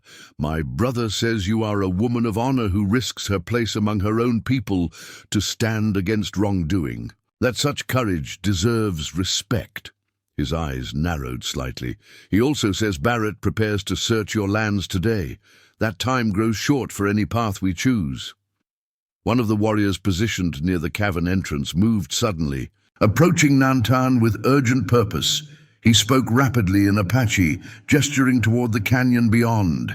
Nantan rose in a single fluid motion, signaling his warriors with quick hand movements that sent them flowing toward defensive positions throughout the cavern. To Sarah he spoke with calm authority. Riders approached the canyon, 6, maybe 8, moving with purpose, not routine patrol. Sarah's heart pounded against her ribs. Barrett's search parties. They've expanded their search area faster than Edmund anticipated. "They have tracked you here?" Nantan asked sharply. "It's possible," Sarah admitted. "Or they may simply be checking all major terrain features systematically." Nantan conferred briefly with the scout who had reported the approaching riders, then made a swift decision. "We move deeper into the canyon. There is place my people have used for generations when pursued. Hidden chamber accessible only through underwater passage." Sarah glanced at Naicho, whose recent wounds made swimming potentially dangerous. He read her concern and shook his head. It can manage. Wound is healing well. Working with practiced efficiency, the Apache warriors gathered their minimal supplies while erasing all evidence of their presence in the cavern. Sarah marveled at their methodical thoroughness. Within minutes, the fire was extinguished, ashes scattered and cooled, every footprint swept away with branches. They moved deeper into the canyon system, following a twisting path that descended, steadily along the course of the underground stream. The passage narrowed until they were walking single file through corridors barely wide enough for shoulders to pass. Above them, the strip of visible sky gradually disappeared as the canyon walls closed overhead, transforming their route into a genuine cave system. The sound of running water grew louder as they progressed, until they emerged into a larger chamber, dominated by a dark pool. Water flowed into it from a narrow crevice, then disappeared beneath the far wall through an opening that appeared completely submerged. "Underwater path," Nantan explained, already removing his rifle and ammunition bandoliers. "Short distance, 10, maybe 12 strokes, opens to a hidden chamber beyond." The warriors began preparing immediately, waterproofing essential items in oilskin pouches, similar to the one that had protected Barrett's ledger. Sarah knelt to comfort Rusty, who was eyeing the water with evident suspicion. "He can swim?" Nantan asked, noticing her concern. "Yes, but he won't understand how to follow underwater." Sarah stroked the dog's head, wishing she could explain the necessity. Nantan considered the animal briefly, then spoke to one of his warriors, who nodded and approached Rusty with a strip of leather. With surprisingly gentle movements, he fashioned a makeshift harness that could be used to guide the dog through the underwater passage. "Nashota will bring the dog," Nantan explained. "He has led horses through similar paths in times of great danger." As the final preparations were completed, Sarah could hear faint echoes of voices reverberating through the canyon passages behind them. Barrett's men drawing closer. Time was running short. One by one, the Apache warriors slipped into the dark water and disappeared beneath the rock wall. Naicho went before Sarah, demonstrating that despite his healing wound, he could manage the underwater passage. His brother Nantan waited until last, positioning himself to ensure everyone passed safely through. When Sarah's turn came, she took a deep breath and plunged into the cold water. The shock of it momentarily disoriented her, but she forced herself to focus, kicking downward to find the submerged opening. Her hands found the smooth stone edges of a tunnel just large enough for a person to pass through. With powerful strokes, she propelled herself forward into complete darkness. For a terrifying moment, she felt the press of stone on all sides, water filling her ears and nose, lungs beginning to burn. Then her head broke the surface on the other side, and she gasped for air, blinking water from her eyes as she oriented herself in the new space. The chamber beyond the underwater passage was unlike anything Sarah had ever seen. A high-ceiling cavern stretched before her, illuminated by shafts of sunlight filtering through narrow fissures in the rock high above. The underground stream continued through it, creating a small beach of smooth stones where Naicho and the other warriors were already gathering. Moments later, Nashota emerged with a sputtering but intact Rusty, the dog shaking water from his coat as soon as he reached the stone beach. Nantan was the last to surface, moving immediately to confer with his scouts, who were already scaling the chamber walls to reach observation points near the light fissures. "They will not find entrance," he stated with confidence, helping Sarah to her feet. "Even if they search the entire canyon, underwater path remains secret." Sarah wrung water from her clothing as best she could, grateful for the relative warmth of the hidden chamber. "What now? We can't stay here indefinitely." "We wait," Nantan replied simply. "See if Barrett's men leave or establish a search camp." Then decide. The waiting proved more difficult than the flight had been. Hours passed with agonizing slowness as they listened to occasional distant voices echoing through the rock. From the warrior observers positioned at the high fissures, they learned that a thorough search of the main canyon was underway. Barrett's men combing every visible cave and crevice with methodical determination. As evening approached, bringing deeper shadows to their hidden sanctuary, one of the scouts descended with fresh information. Barrett himself had arrived with additional men, establishing a base camp at the canyon entrance. Lanterns now illuminated the main cavern area they had abandoned earlier, and soldiers were settling in for what appeared to be an extended search operation. "He knows," Sarah said quietly to Naicho and Nantan. "Or at least strongly suspects. He wouldn't commit this many resources otherwise." Nantan nodded grimly. "Barrett hunts with purpose. Will not leave until finds what he seeks." What about Edmund?" Sarah asked suddenly, concern flashing through her. "If Barrett suspects my involvement, he might also suspect Edmund's." "Banker. Friend took great risk," Naicho acknowledged. "If Barrett questions him..." The implications hung heavily in the air. Carter had no protection, no hidden canyon retreat, no warrior allies. If Barrett turned his suspicions toward the banker, Edmund would face the lieutenant's wrath alone. Nantan had been listening to this exchange with thoughtful attention. Now he spoke with the decisive authority that marked his leadership. "Situation has changed. We can no longer wait for Barrett to make mistakes. Must act before more lives are threatened." He gestured toward the underwater passage. "Tonight, when darkness complete, we move, take evidence to this governor ourselves." "Through Barrett's men?" Sarah asked, surprised by the boldness of the proposal. A cold smile touched Nantan's lips. "Not through, above and beyond. They watch the canyon floor, not high paths only Apache use." He outlined his plan with strategic precision, using ancient hunting trails that traversed the canyon rims, paths too narrow and precarious for cavalry horses. They would bypass Barrett's perimeter entirely.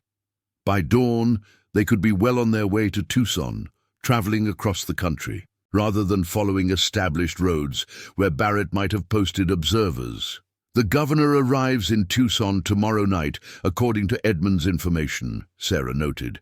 "If we travel without stopping, we might reach the city by the following morning, just as he begins his meetings.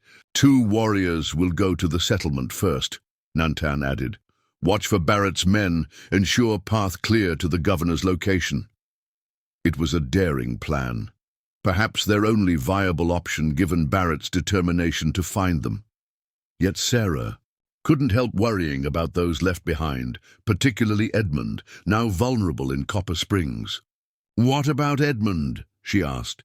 "Barrett may already be questioning him." Nantan considered this concern with unexpected seriousness. "Banker took risk for brother and for justice. Apache, do not forget such courage." He spoke briefly to one of his warriors, who nodded in acknowledgement. "Kitan will go to the settlement tonight. Watch over my banker friend.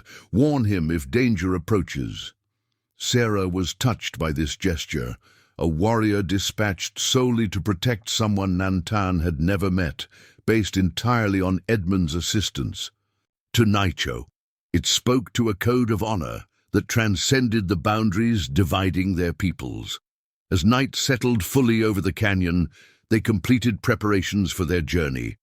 The evidence against Barrett was secured in multiple waterproof pouches, distributed among several warriors, ensuring that even if some were captured, others might still reach Tucson with the vital documentation. When it was time to depart, they re-entered the cold water of the underground stream, passing once more through the submerged tunnel. This time, Sarah found the passage less terrifying, her movements more controlled as she navigated the underwater path. They emerged into the larger canyon system under complete darkness, the night sky obscured by clouds that promised rain by morning. The absence of moonlight worked to their advantage, allowing them to move within yards of Barrett's sentries without detection. Guided by Nantan and his scouts, they began the treacherous ascent toward the canyon rim. The path, if it could even be called that, was little more than a series of narrow ledges and handholds, invisible to anyone not intimately familiar with the terrain. Sarah followed Naicho closely, mimicking his movements as they climbed in. Near total darkness, halfway up the canyon wall, they paused on a ledge barely wide enough for single file standing. Below them, the glow of Barrett's campfires illuminated the main cavern entrance. Sarah could make out soldiers moving about, their voices occasionally carrying upward in fragments of conversation. Checked the entire southern branch. Lieutenant. Wants the woman taken alive if possible. Bounty for the Apache scout. Dead or... The partial phrases confirmed Barrett's focus and the danger they faced if captured. The climb resumed with renewed urgency, each of them understanding that discovery now would mean disaster not just for themselves, but for everyone who might suffer if Barrett's scheme succeeded. When they finally reached the canyon rim, Sarah's muscles burned with exertion, her hands raw from gripping stone edges in the darkness. But there was no time to rest. Nantan immediately led them away from the rim, moving parallel to the canyon, but far enough back that they wouldn't be silhouetted against the night sky should any of Barrett's men look upward. They traveled through the night without stopping, maintaining a grueling pace that tested Sarah's endurance. Nantan's warriors moved with silent efficiency, occasionally vanishing ahead to scout their route before returning with wordless signals that indicated the path remained clear. Dawn found them miles from the canyon, crossing a high desert plateau that offered little cover but provided the most direct route toward Tucson. As the rising sun illuminated their surroundings, Sarah could see the full war party clearly for the first time since their underwater passage.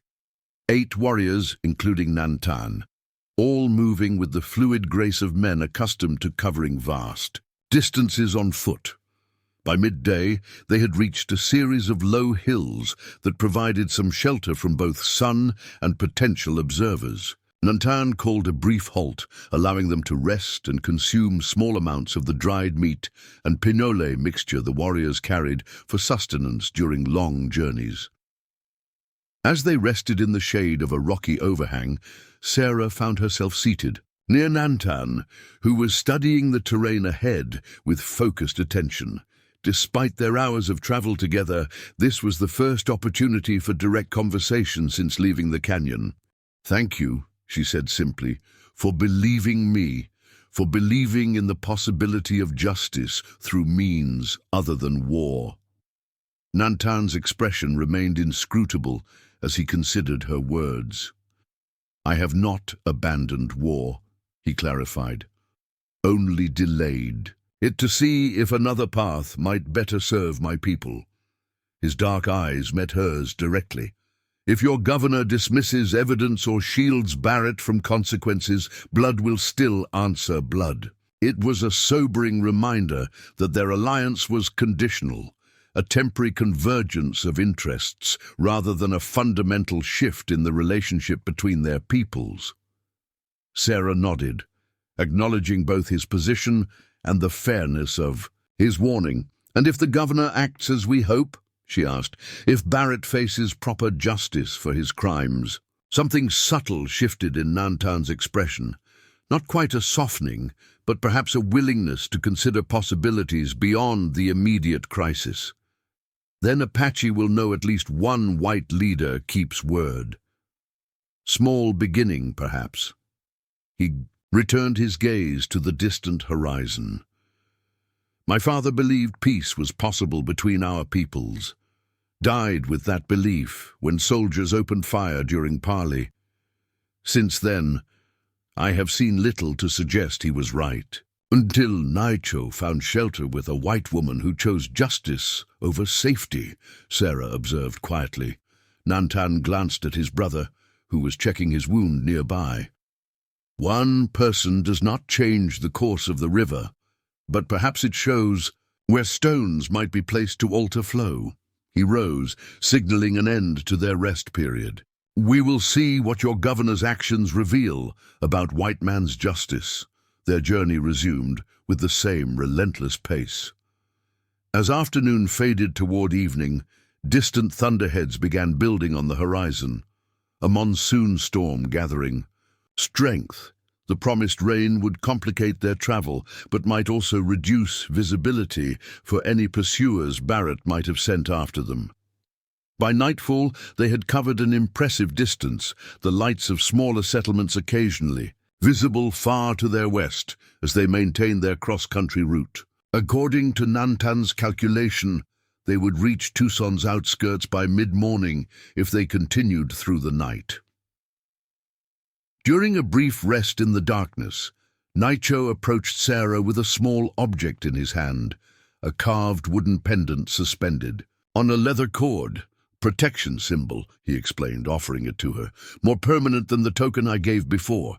Marks you as a friend to Apache, may be needed in the days ahead." Sarah accepted the gift with appropriate solemnity, placing it around her neck alongside the token she already wore. The gesture touched her, a tangible recognition of the unusual bond that had formed through their shared ordeal. "No matter what happens in Tucson," she said, "I won't regret helping you, even knowing all it might cost me." Naicho studied her face in the darkness. "Cost is high. Your people will not understand. Some choices make your path forward clear by burning the path behind you," Sarah replied, thinking of all she had left behind, her ranch, her precarious social position, the life she had built since Thomas's death. None of it could be reclaimed now, regardless of the outcome in Tucson. As midnight approached, the storm that had been building finally broke over them. Lightning illuminated the landscape in stark flashes, followed by rolling thunder and sheets of rain that turned the desert floor to slick mud within minutes. They continued forward despite the deluge, using the storm's fury as additional cover for their approach toward Tucson. The rain continued unabated through the remainder of the night, soaking them to the skin, but failing to slow their determined progress. As false dawn began to lighten the eastern sky, they reached a vantage point that offered their first clear view of Tucson in the distance, the territorial capital spread across a basin still shrouded in pre-dawn shadows.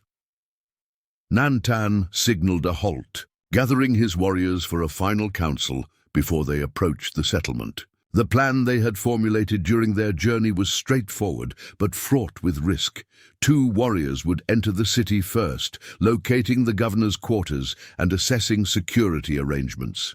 Sarah, Naicho, and Nantan would follow with the evidence, while the remaining warriors established a defensive perimeter that could cover their retreat if necessary. As they prepared for this final phase of their mission, Sarah found herself hoping that Edmund Carter had remained safe. In their absence, so much depended on factors beyond their control.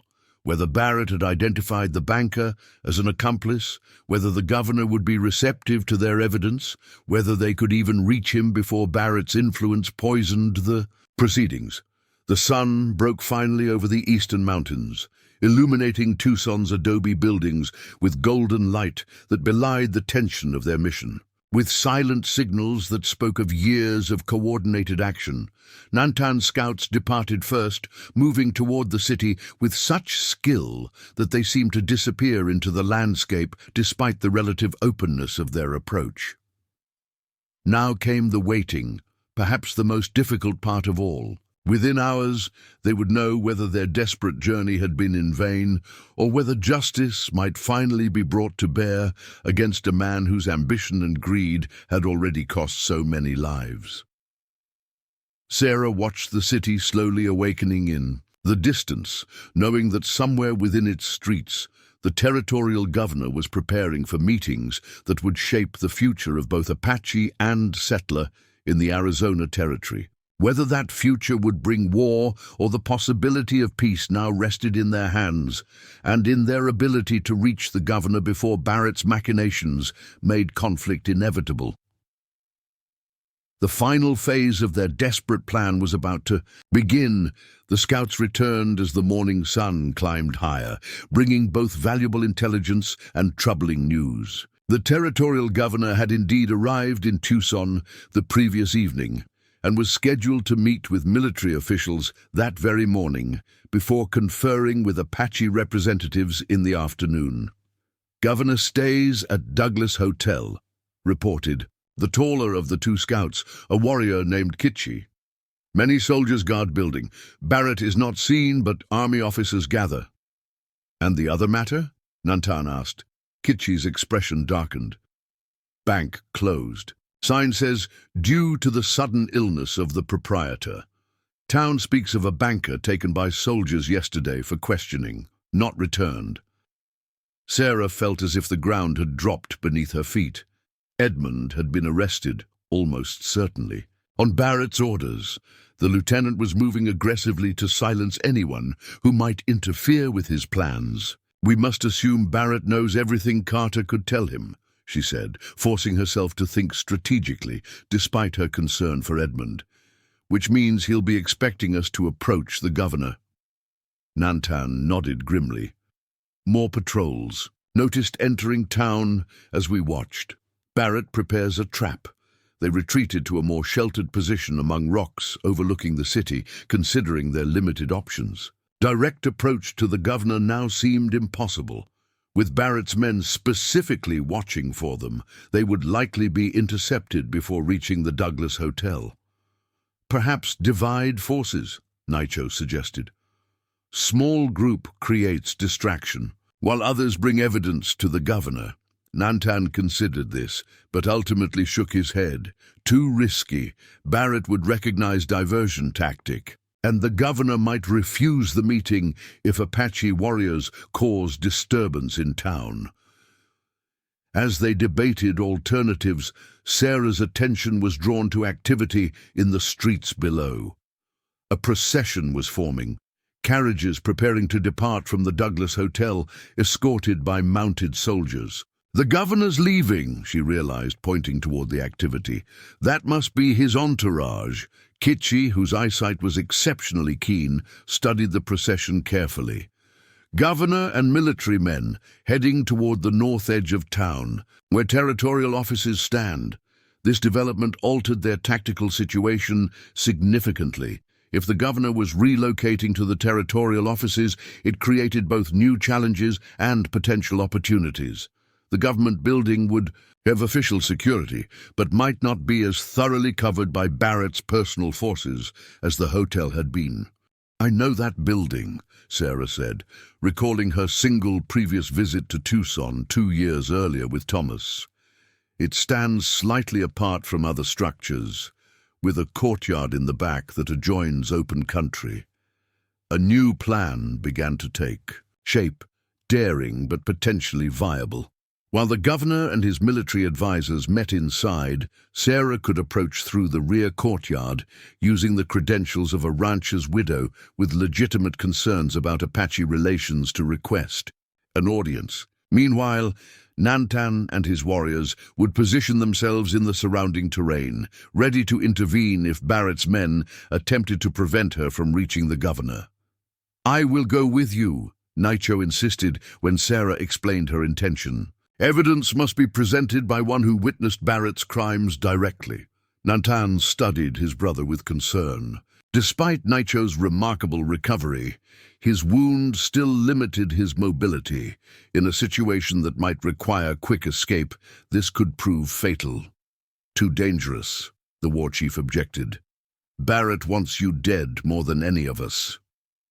"Which is precisely why I must go," Naicho countered. "My presence proves the truth of accusations. White woman's word alone may not convince the governor that the army officer betrays both peoples." The logic was sound, if perilous. After further discussion, a modified plan was agreed upon. Sarah and Naicho would approach the territorial offices, together timing their arrival to coincide with a midday break in the governor's schedule that Kitchi had overheard mentioned. Nantan and 4 warriors would secure positions overlooking the approach, while the remaining scouts would watch for Barrett's movements in the town. "If we are not seen leaving the building by sunset," Sarah said, meeting Nantan's eyes directly, "do not attempt rescue. Take the evidence to the newspaper office in Tucson instead." She had noticed the Arizona Citizen's office during their observation of the town. "The editor has a reputation for independence from mining interests." Nantan's expression revealed reluctance, but he eventually nodded in agreement. "Sun crosses 3 hand-widths in sky. Then we find a different path for justice." As the morning progressed toward midday, Sarah and Nacho prepared for their approach. They had no opportunity to change into cleaner clothing after their grueling journey, but they did what they could to present a less threatening appearance. Sarah rearranged her hair and cleaned the worst of the trail dust from her face and hands. Nacho removed his bandana and hunting knife, leaving only the essential evidence concealed beneath his shirt. The territorial offices stood on a small rise at the northern edge of Tucson, a modest adobe structure distinguished by its red-tiled roof and the territorial flag hanging limply in the still midday air. As Sarah had remembered, the building featured a rear courtyard accessible from the surrounding scrubland without necessitating passage through the main streets. Their approach was timed to coincide with the changing of the military guard that Kitchi had observed during his reconnaissance. As 2 soldiers departed and their replacements had not yet arrived, Sarah and Nacho crossed the final exposed ground to the courtyard wall, then slipped inside through a service gate. The courtyard was deserted except for a young clerk sorting documents at a small table in the shade. He looked up in surprise as they approached, clearly not expecting visitors from the rear entrance. "Ma'am?" he questioned, taking in Sarah's disheveled appearance with confusion. His eyes widened further as he noticed Nacho. "This area isn't—" "I must see the governor immediately," Sarah interrupted, her voice carrying the natural authority she had developed through years of independent ranch management. "It's a matter of territorial security that cannot wait." The clerk appeared flustered, glancing between them uncertainly. "The governor is in meetings all day with military advisors. Perhaps if you return tomorrow—" "Young man," Sarah said, stepping closer, "I have ridden for 3 days through Apache territory to deliver evidence of corruption that threatens every settlement in Arizona. People have already died because of this information being suppressed. I need to see Governor Safford now." Her intensity clearly unsettled the clerk, who hesitated before responding.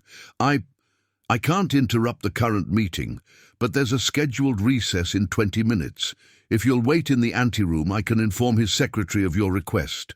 It was the best they could hope for under the circumstances. Sarah nodded her agreement, and the clerk led them through a side door into a modestly furnished waiting room.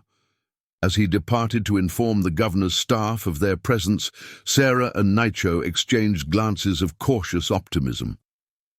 They had successfully entered the building without confrontation, the first hurdle cleared.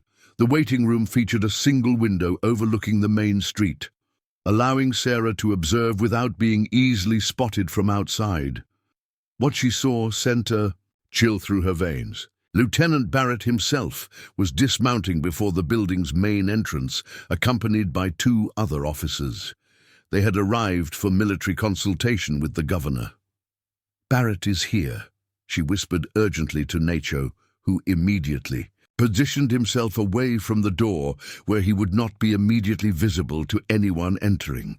The minutes that followed were among the most tense Sarah had ever experienced. From beyond the closed door, they could hear voices in the main corridor, official greetings, the sound of boots on tile floors, doors opening and closing as the military delegation was escorted into the building. At one point, footsteps paused just outside their waiting room, and Sarah held her breath, certain they were about to be discovered. But the moment passed, the footsteps continuing down the hallway toward what she presumed was the governor's office. When the clerk finally returned, Sarah had composed herself, though her heart still pounded against her ribs. The governor's secretary says he can spare 10 minutes during the recess, the young man informed them. I'm to bring you to the office when the current meeting concludes. Sarah nodded her thanks, then asked casually, I noticed Lieutenant Barrett arriving. Is he part of the military delegation meeting with the governor? The clerk seemed surprised by her knowledge of Barrett. Yes, ma'am. He's presenting a report on Apache activities in the Southeastern Territory. Actually, the lieutenant asked to be notified of any unusual visitors today. Perhaps I should mention— That won't be necessary, Sarah interrupted smoothly. The lieutenant and I are acquainted. In fact, part of my business with the governor concerns his report. I'll be happy to speak with him afterward. The deflection worked. The clerk nodded and departed, leaving them alone once more. As soon as the door closed, Sarah turned to Naicho. Barrett is presenting his report now, likely laying the groundwork to justify military action against your people. When the meeting breaks and the clerk comes for us, Barrett might see you. Naicho's expression remained calm, despite the danger. Then we face him directly. With the governor present, Barrett cannot simply kill us without revealing our true nature. Before Sarah could respond, the door to the waiting room opened. Instead of the clerk, Edmund Carter stood in the doorway, his face bruised, one arm in a crude sling. Behind him loomed a cavalry sergeant, hand resting meaningfully on his sidearm. Sarah, Edmund said, his voice strained but steady. I'm afraid I've made a terrible mistake. The sergeant pushed past him into the room, taking in Sarah and Naicho with a cold professional assessment. Lieutenant Barrett thought you might attempt to approach the governor. He'll be pleased to know his assessment was correct. Edmund's eyes conveyed a silent apology. The bandage on his arm was spotted with blood, and a dark bruise spread across his left cheekbone. Whatever resistance he had offered to Barrett's questioning had clearly been met with violence. The lieutenant is concluding his presentation to the governor, the sergeant continued.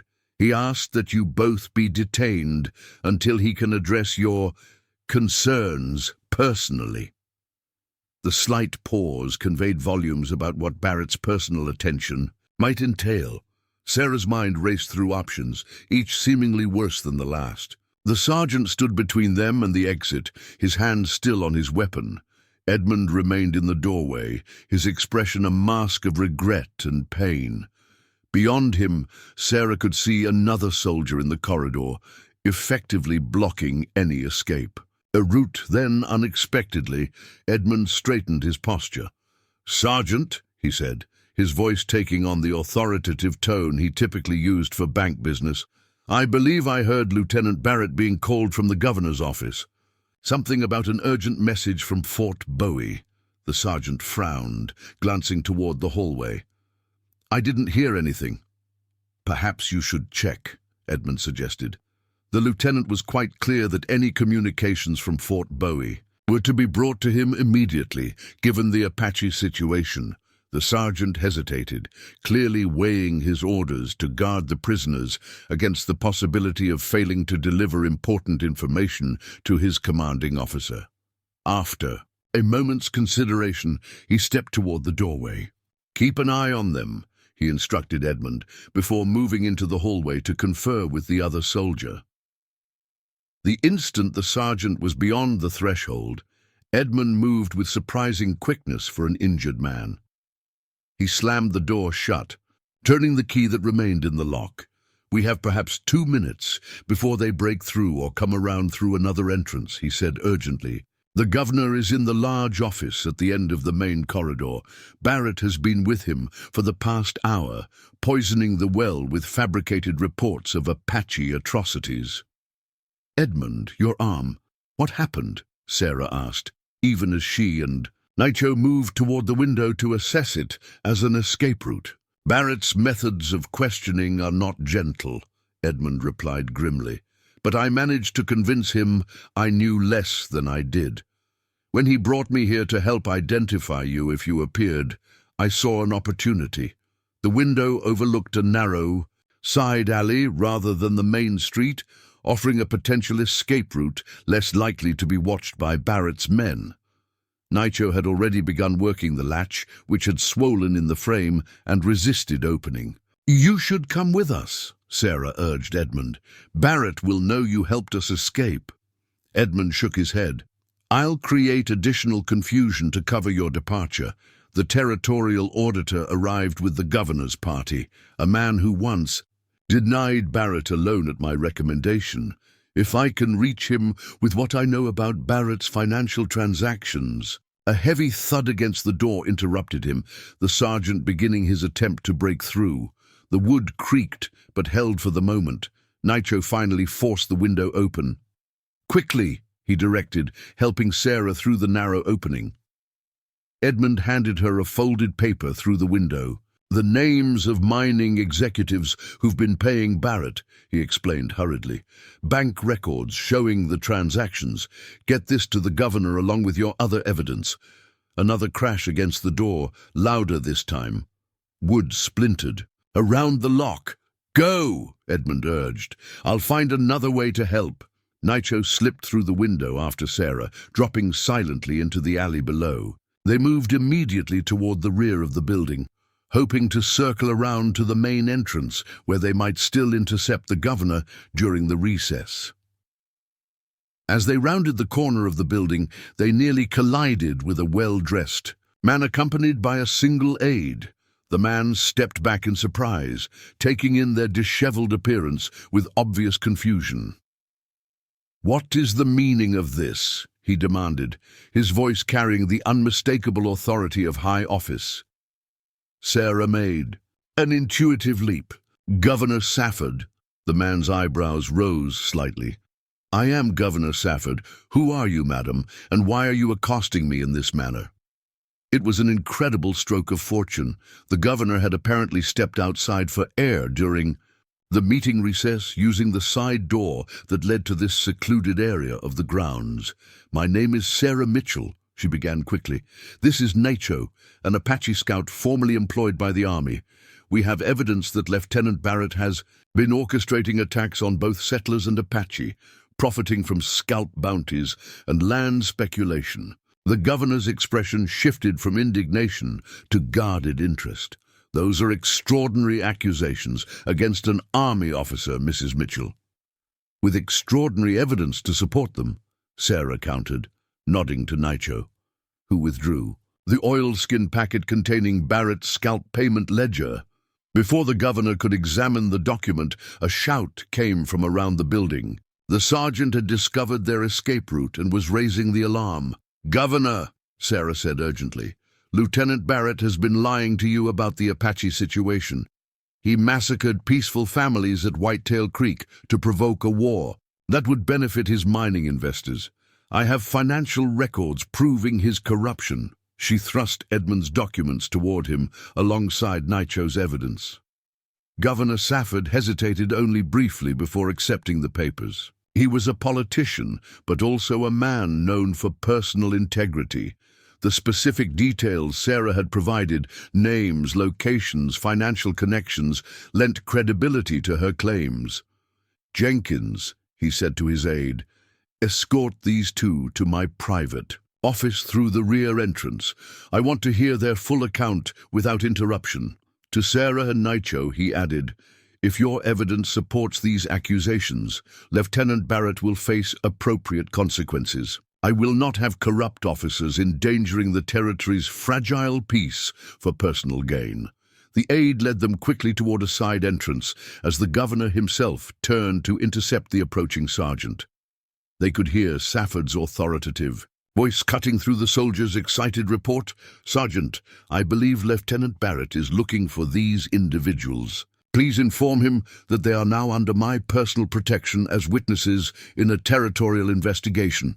I will speak with him momentarily." The private office was a simply furnished room at the rear of the building, featuring a desk stacked with territorial maps and correspondence. Jenkins, the governor's aide, offered them seats before departing to inform Safford they were secured. Through the window, Sarah could see increased activity in the courtyard. Soldiers conferring urgently, messengers being dispatched. Barrett would soon know they had reached the governor with their evidence. "We did it," she said quietly to Nicho, the reality of their achievement beginning to settle over her exhausted mind. "The governor has the evidence." Nicho remained cautious. Having evidence and acting on it are different matters. Barrett has powerful friends, but so does the governor, Sarah countered, and unlike Barrett, Safford's authority is legitimate and public. He can't simply bury this information without consequences to his own position. The door opened to admit Governor Safford, his expression grave as he carried their documents. He closed the door firmly behind him before addressing them. "I've reviewed these materials," he began without preamble. "If authentic, they represent the most serious breach of military conduct I've encountered during my administration." He focused on Nicho. "You were present at Whitetail Creek after the massacre?" "Not during," Nicho clarified. "I was on a scout mission, returned to find families killed, including my brother's wife and son. When I questioned the official report that the camp harbored hostile warriors, Barrett ordered my execution along with other scouts who knew the truth. And you, Mrs. Mitchell, how did you become involved in this matter?" Sarah explained her role succinctly, finding Nicho wounded, learning of Barrett's corruption, and the subsequent events that had led them to Tucson. She included Edmund Carter's assistance and the banker's current perilous situation. The governor listened intently, asking occasional clarifying questions that revealed both intelligence and familiarity with territorial politics. When Sarah finished her account, he was silent for a long moment, considering implications beyond. "The immediate situation. Barrett is waiting in my outer office," he finally said. "He demands your detention as dangerous conspirators, spreading falsehoods about military operations." A hint of grim humor touched his expression. "He seems quite insistent that I not listen to anything you might say, which only confirms his guilt," Sarah observed. Safford nodded. "Indeed. His reaction upon learning you had reached me was revealing." He rose, moving to the window that overlooked the courtyard. "There's another matter I must address. It appears a group of Apache warriors has been observed on the outskirts of Tucson. Barrett is demanding immediate military action against what he terms an imminent raid." Sarah and Nicho exchanged glances. Nantan's presence had been detected, potentially creating the very confrontation they had sought to prevent. "Those warriors are led by my brother," Nicho explained. "They await our return. If we do not emerge by sunset, they will seek different means of justice." Safford turned back to face them, his expression thoughtful. "Then we have two immediate problems to resolve: Lieutenant Barrett's corruption and preventing an armed confrontation that could spark territory-wide conflict." The solution he proposed was bold but strategically sound. Barrett would be arrested immediately on charges of corruption, illegal bounty payments, and murder. Meanwhile, the governor himself would meet with Nantan under a flag of truce, acknowledging the legitimate grievances of the Apache while demonstrating commitment to justice by Barrett's public detention. "It is a risk," Safford acknowledged. "Meeting with a war chief outside established channels. But I've found honorable treatment often. Receives honorable response, regardless of whether one wears broadcloth or buckskin." Events moved swiftly after this decision. Barrett's arrest in the governor's outer office was a scene of barely controlled chaos. The lieutenant shouting accusations of conspiracy and threats of military reprisal even as he was disarmed and placed in custody. By mid-afternoon, Governor Safford, accompanied by Sarah, Nicho, and a small contingent of territorial officials, rode to the arranged meeting place on Tucson's northern outskirts. Nantan and his warriors appeared from the surrounding terrain exactly as promised, approaching with dignified caution to the neutral ground established for the parley.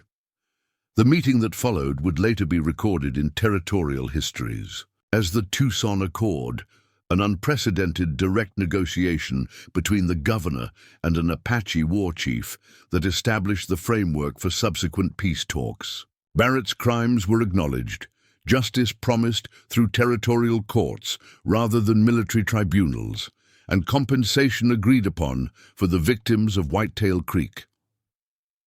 Most significantly, Nantan accepted the governor's personal guarantee that the evidence of mining interests' involvement in provoking Apache conflicts would be fully investigated, with perpetrators held accountable regardless of their wealth or position.